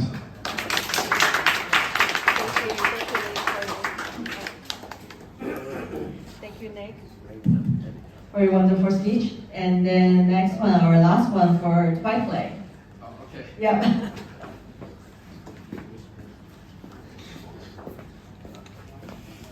Hello, everyone. I'm Ocean from Twyplay. Twyplay is a pioneering crypto gaming platform and a social network based on Twitter. And we aspire to be the traffic bridge between Web 2 and Web 3 through the two solutions. Solution 1, Twitter integration. We aim to seamlessly integrate gaming experience into the Twitter, allow users to play GameFi directly on the Twitter interface without any additional applications. And solution 2, creator-driven crypto game. And we offer a narrow of games, including those created by the crypto communities, native GameFi, and the offerings from traditional game. Okay, I will focus lightly two challenges. Challenge 1, how to attract new crypto users by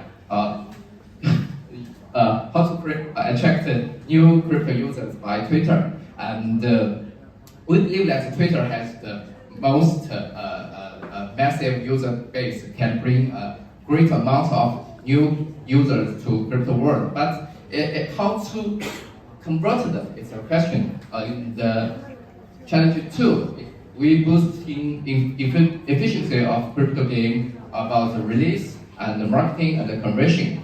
For example, the crypto community, especially PFP and community, they seek to create game scenarios for NFTs to stimulate their community activities and enhance their NFT utilities. And native GameFi, they want to better distribution channels and improve the user conversion efficiency. And more Web2 game, they need to transition to Web3 with lower costs and higher efficiency. Well, this is how AAA works. And the next. Okay. Well, AAA also provides 4 primary features. This is one. Our Super Tweet can allow users to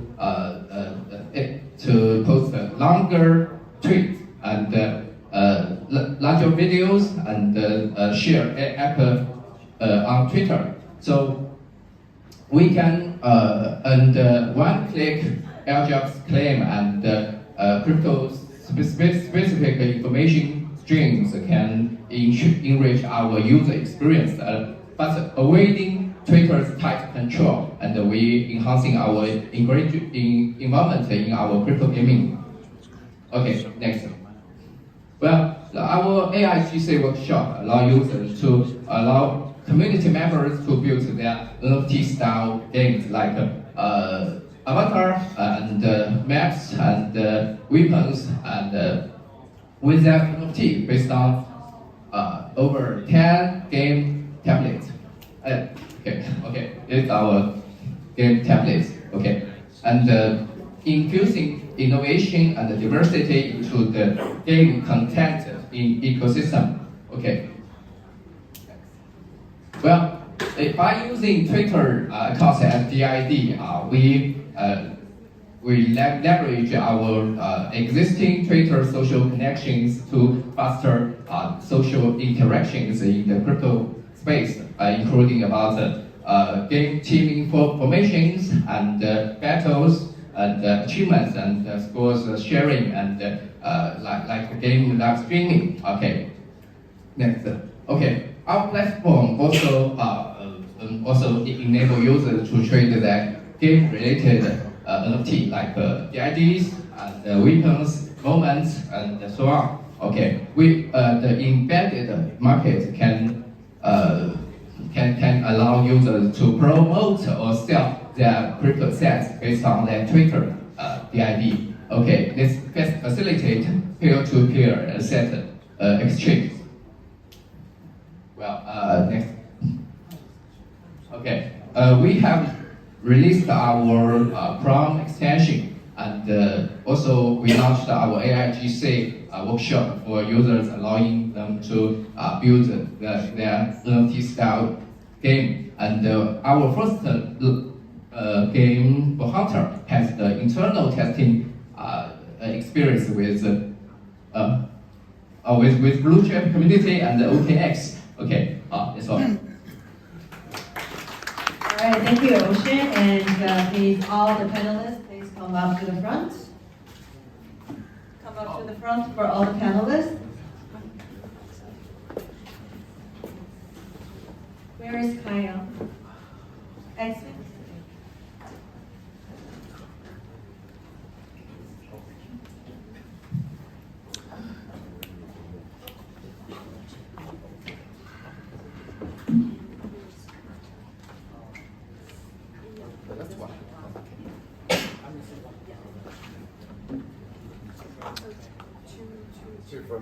Oh, okay. So maybe we should move the chair this way a little bit to here. Just like we have the live stream. It's not on.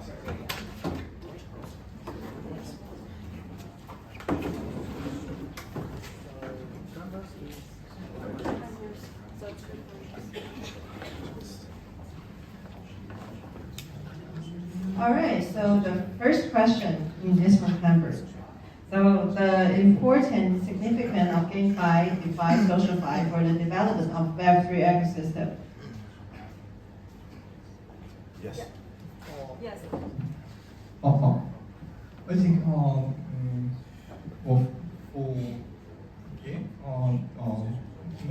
mainly mass adoption. Game can provide so many users for crypto art because normal Web2 games have so huge user bases. Biggest one have more than 100 million users. But in crypto world, most of people don't use cryptocurrency and wallet application. I think we can bring so many users for crypto world via our games. All right, thank you. And another question is also for Clever. So, what are the opportunities and challenges of GameFi, DeFi, and SocialFi?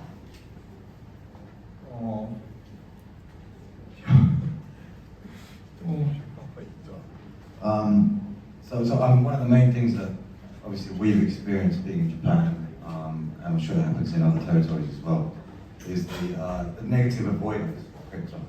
In that, Japan, as you may know, is very regulated, has been regulated, it's slowly getting easier.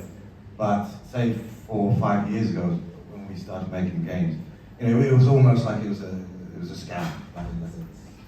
Games are scams, crypto scams, etc., etc. And obviously, that's been proven not to be the case thing. But there still is that sort of that negative avoidance, basically avoiding through negative, whether it's memories or impressions or environment, whatever it is. And that still exists.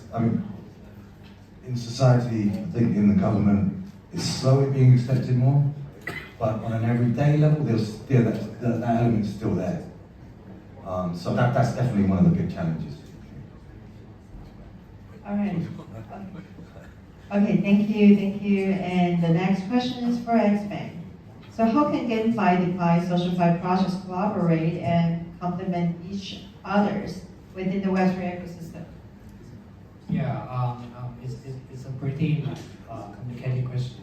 So if we try to elaborate a little bit on these three words, something by, you figure out that the unit part is actually by itself. But the key point is if you have utility, it's used in game, it's used in social, or it's used in something else, then you will figure out that the financial part itself will be somehow a support part for the original business, like GameFi. If you try to motivate your creator, you try to make your financial system as a support of the creative economy itself, then you will figure out that the financial part of it is actually quite similar to what happened to DeFi itself. Like for example, people try to incentive DeFi LPs for them to provide liquidity, and in GameFi itself, we also have people try to incentive the game creator themselves. Like they wanted to hold the game stacks on the first stage or first stage. And on the other part, is if a GameFi project wanted to collaborate with a SocialFi project, they will figure out that okay, so they need something like Discord or something like Web3 Discord that could be used in the GameFi industry. That when people try to chat with each other, follow an OG, and play with some big player, they will need SocialFi tools, their GameFi experience as well. And even with the DeFi. It's actually, for this three things is not actually separated with each other. It's actually combined in each other, that all of them to support with each other. Without game, without social, we don't have business logic. Without this business logic, and DeFi just doesn't work. Yeah. All right, thank you, Kai-Young. And the next question is for BSCS Justin. So, how can GameFi, DeFi, SocialFi projects ensure the security of their platform and protect users' funds? In previous session, in the last year, we have incubated and launched our Wonder project. And one of the key points that we all advise the project is that focus on security. So there are a few elements that should focus. So the first thing first is the smart contract audit. So that's the first thing you have to do. You have to take use on the reputable firms to audit on the smart contract. Right now we have a solid group, Certic or Flexible, to make sure that you identify on the threat or vulnerability and for your smart contract.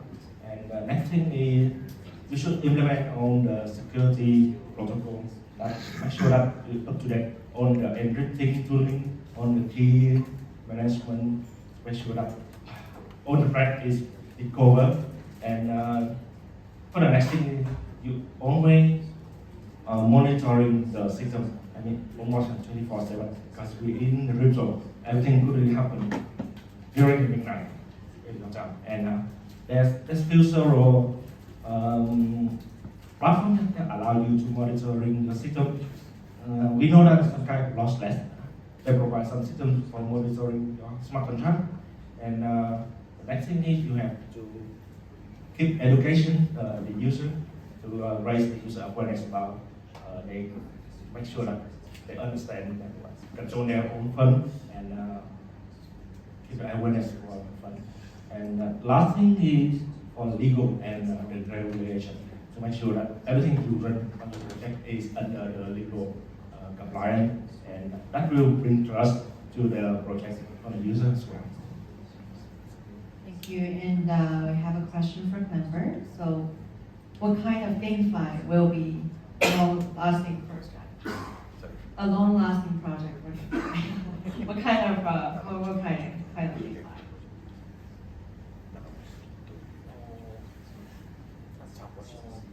Basically, how about good fund-based product is better because we are developing our product and most of GameFi project is not sustainable now.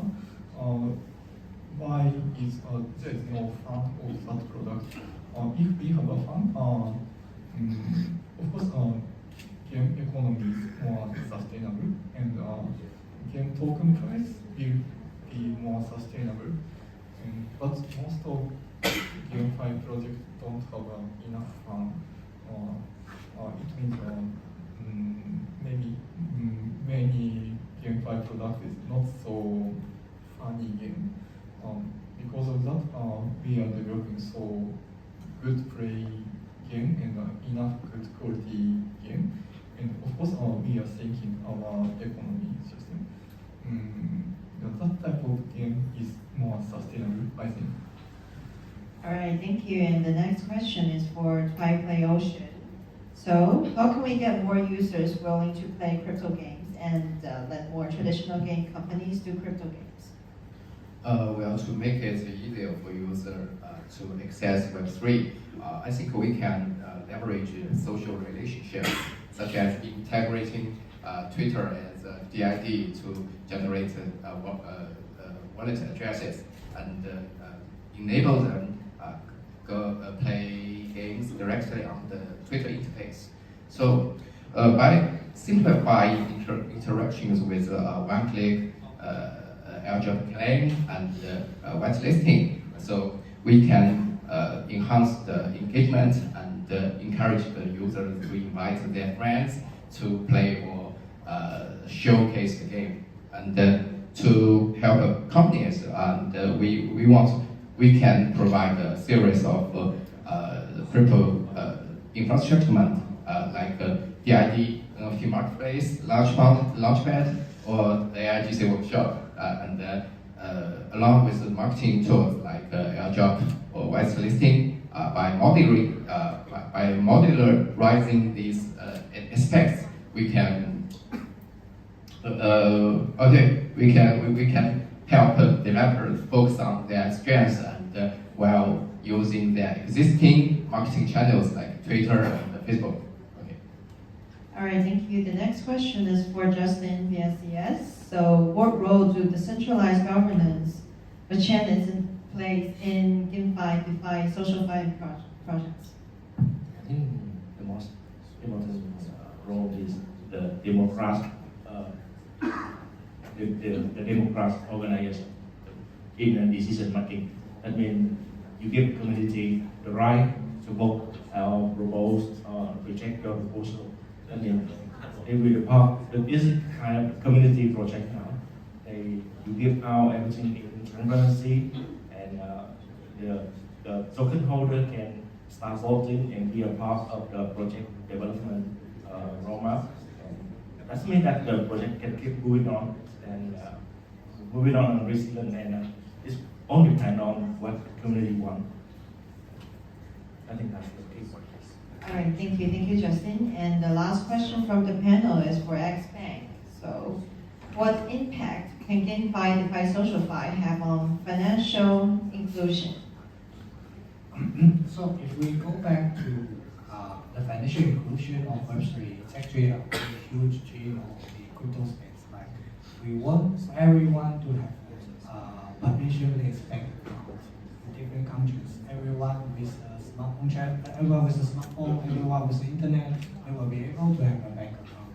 And everyone with a bank account, they will be able to enjoy a stable cryptocurrency policy rather than a huge or crazy inflation of their fields.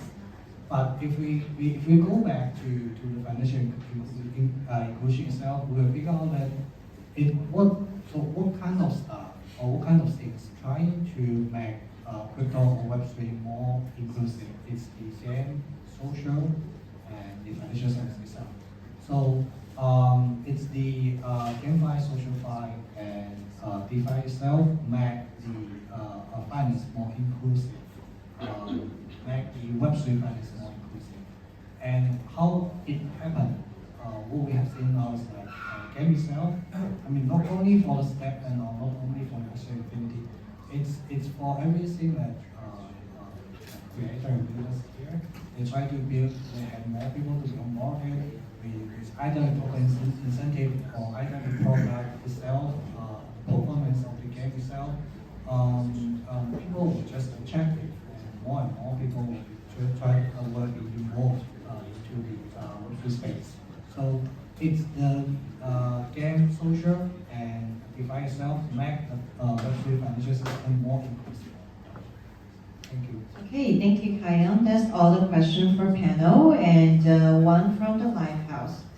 So this person said, if I want to invest in a GameFi project, so what's the points I should be focused on? There's many answers to that. Focus them up. Yeah. If they enjoy it, first and foremost. If they like the artwork, for example. I mean, it can start from 0 and go all the way up to 100, right?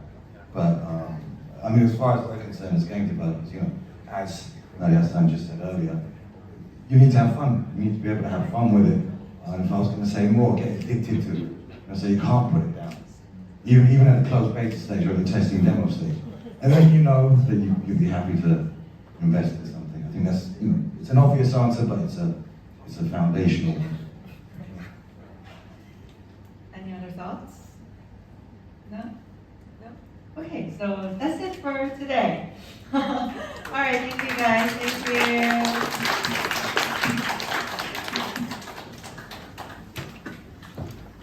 All right, guys. So thank you guys for supporting. Our panel discussion has officially ended. So see you guys later in the after party.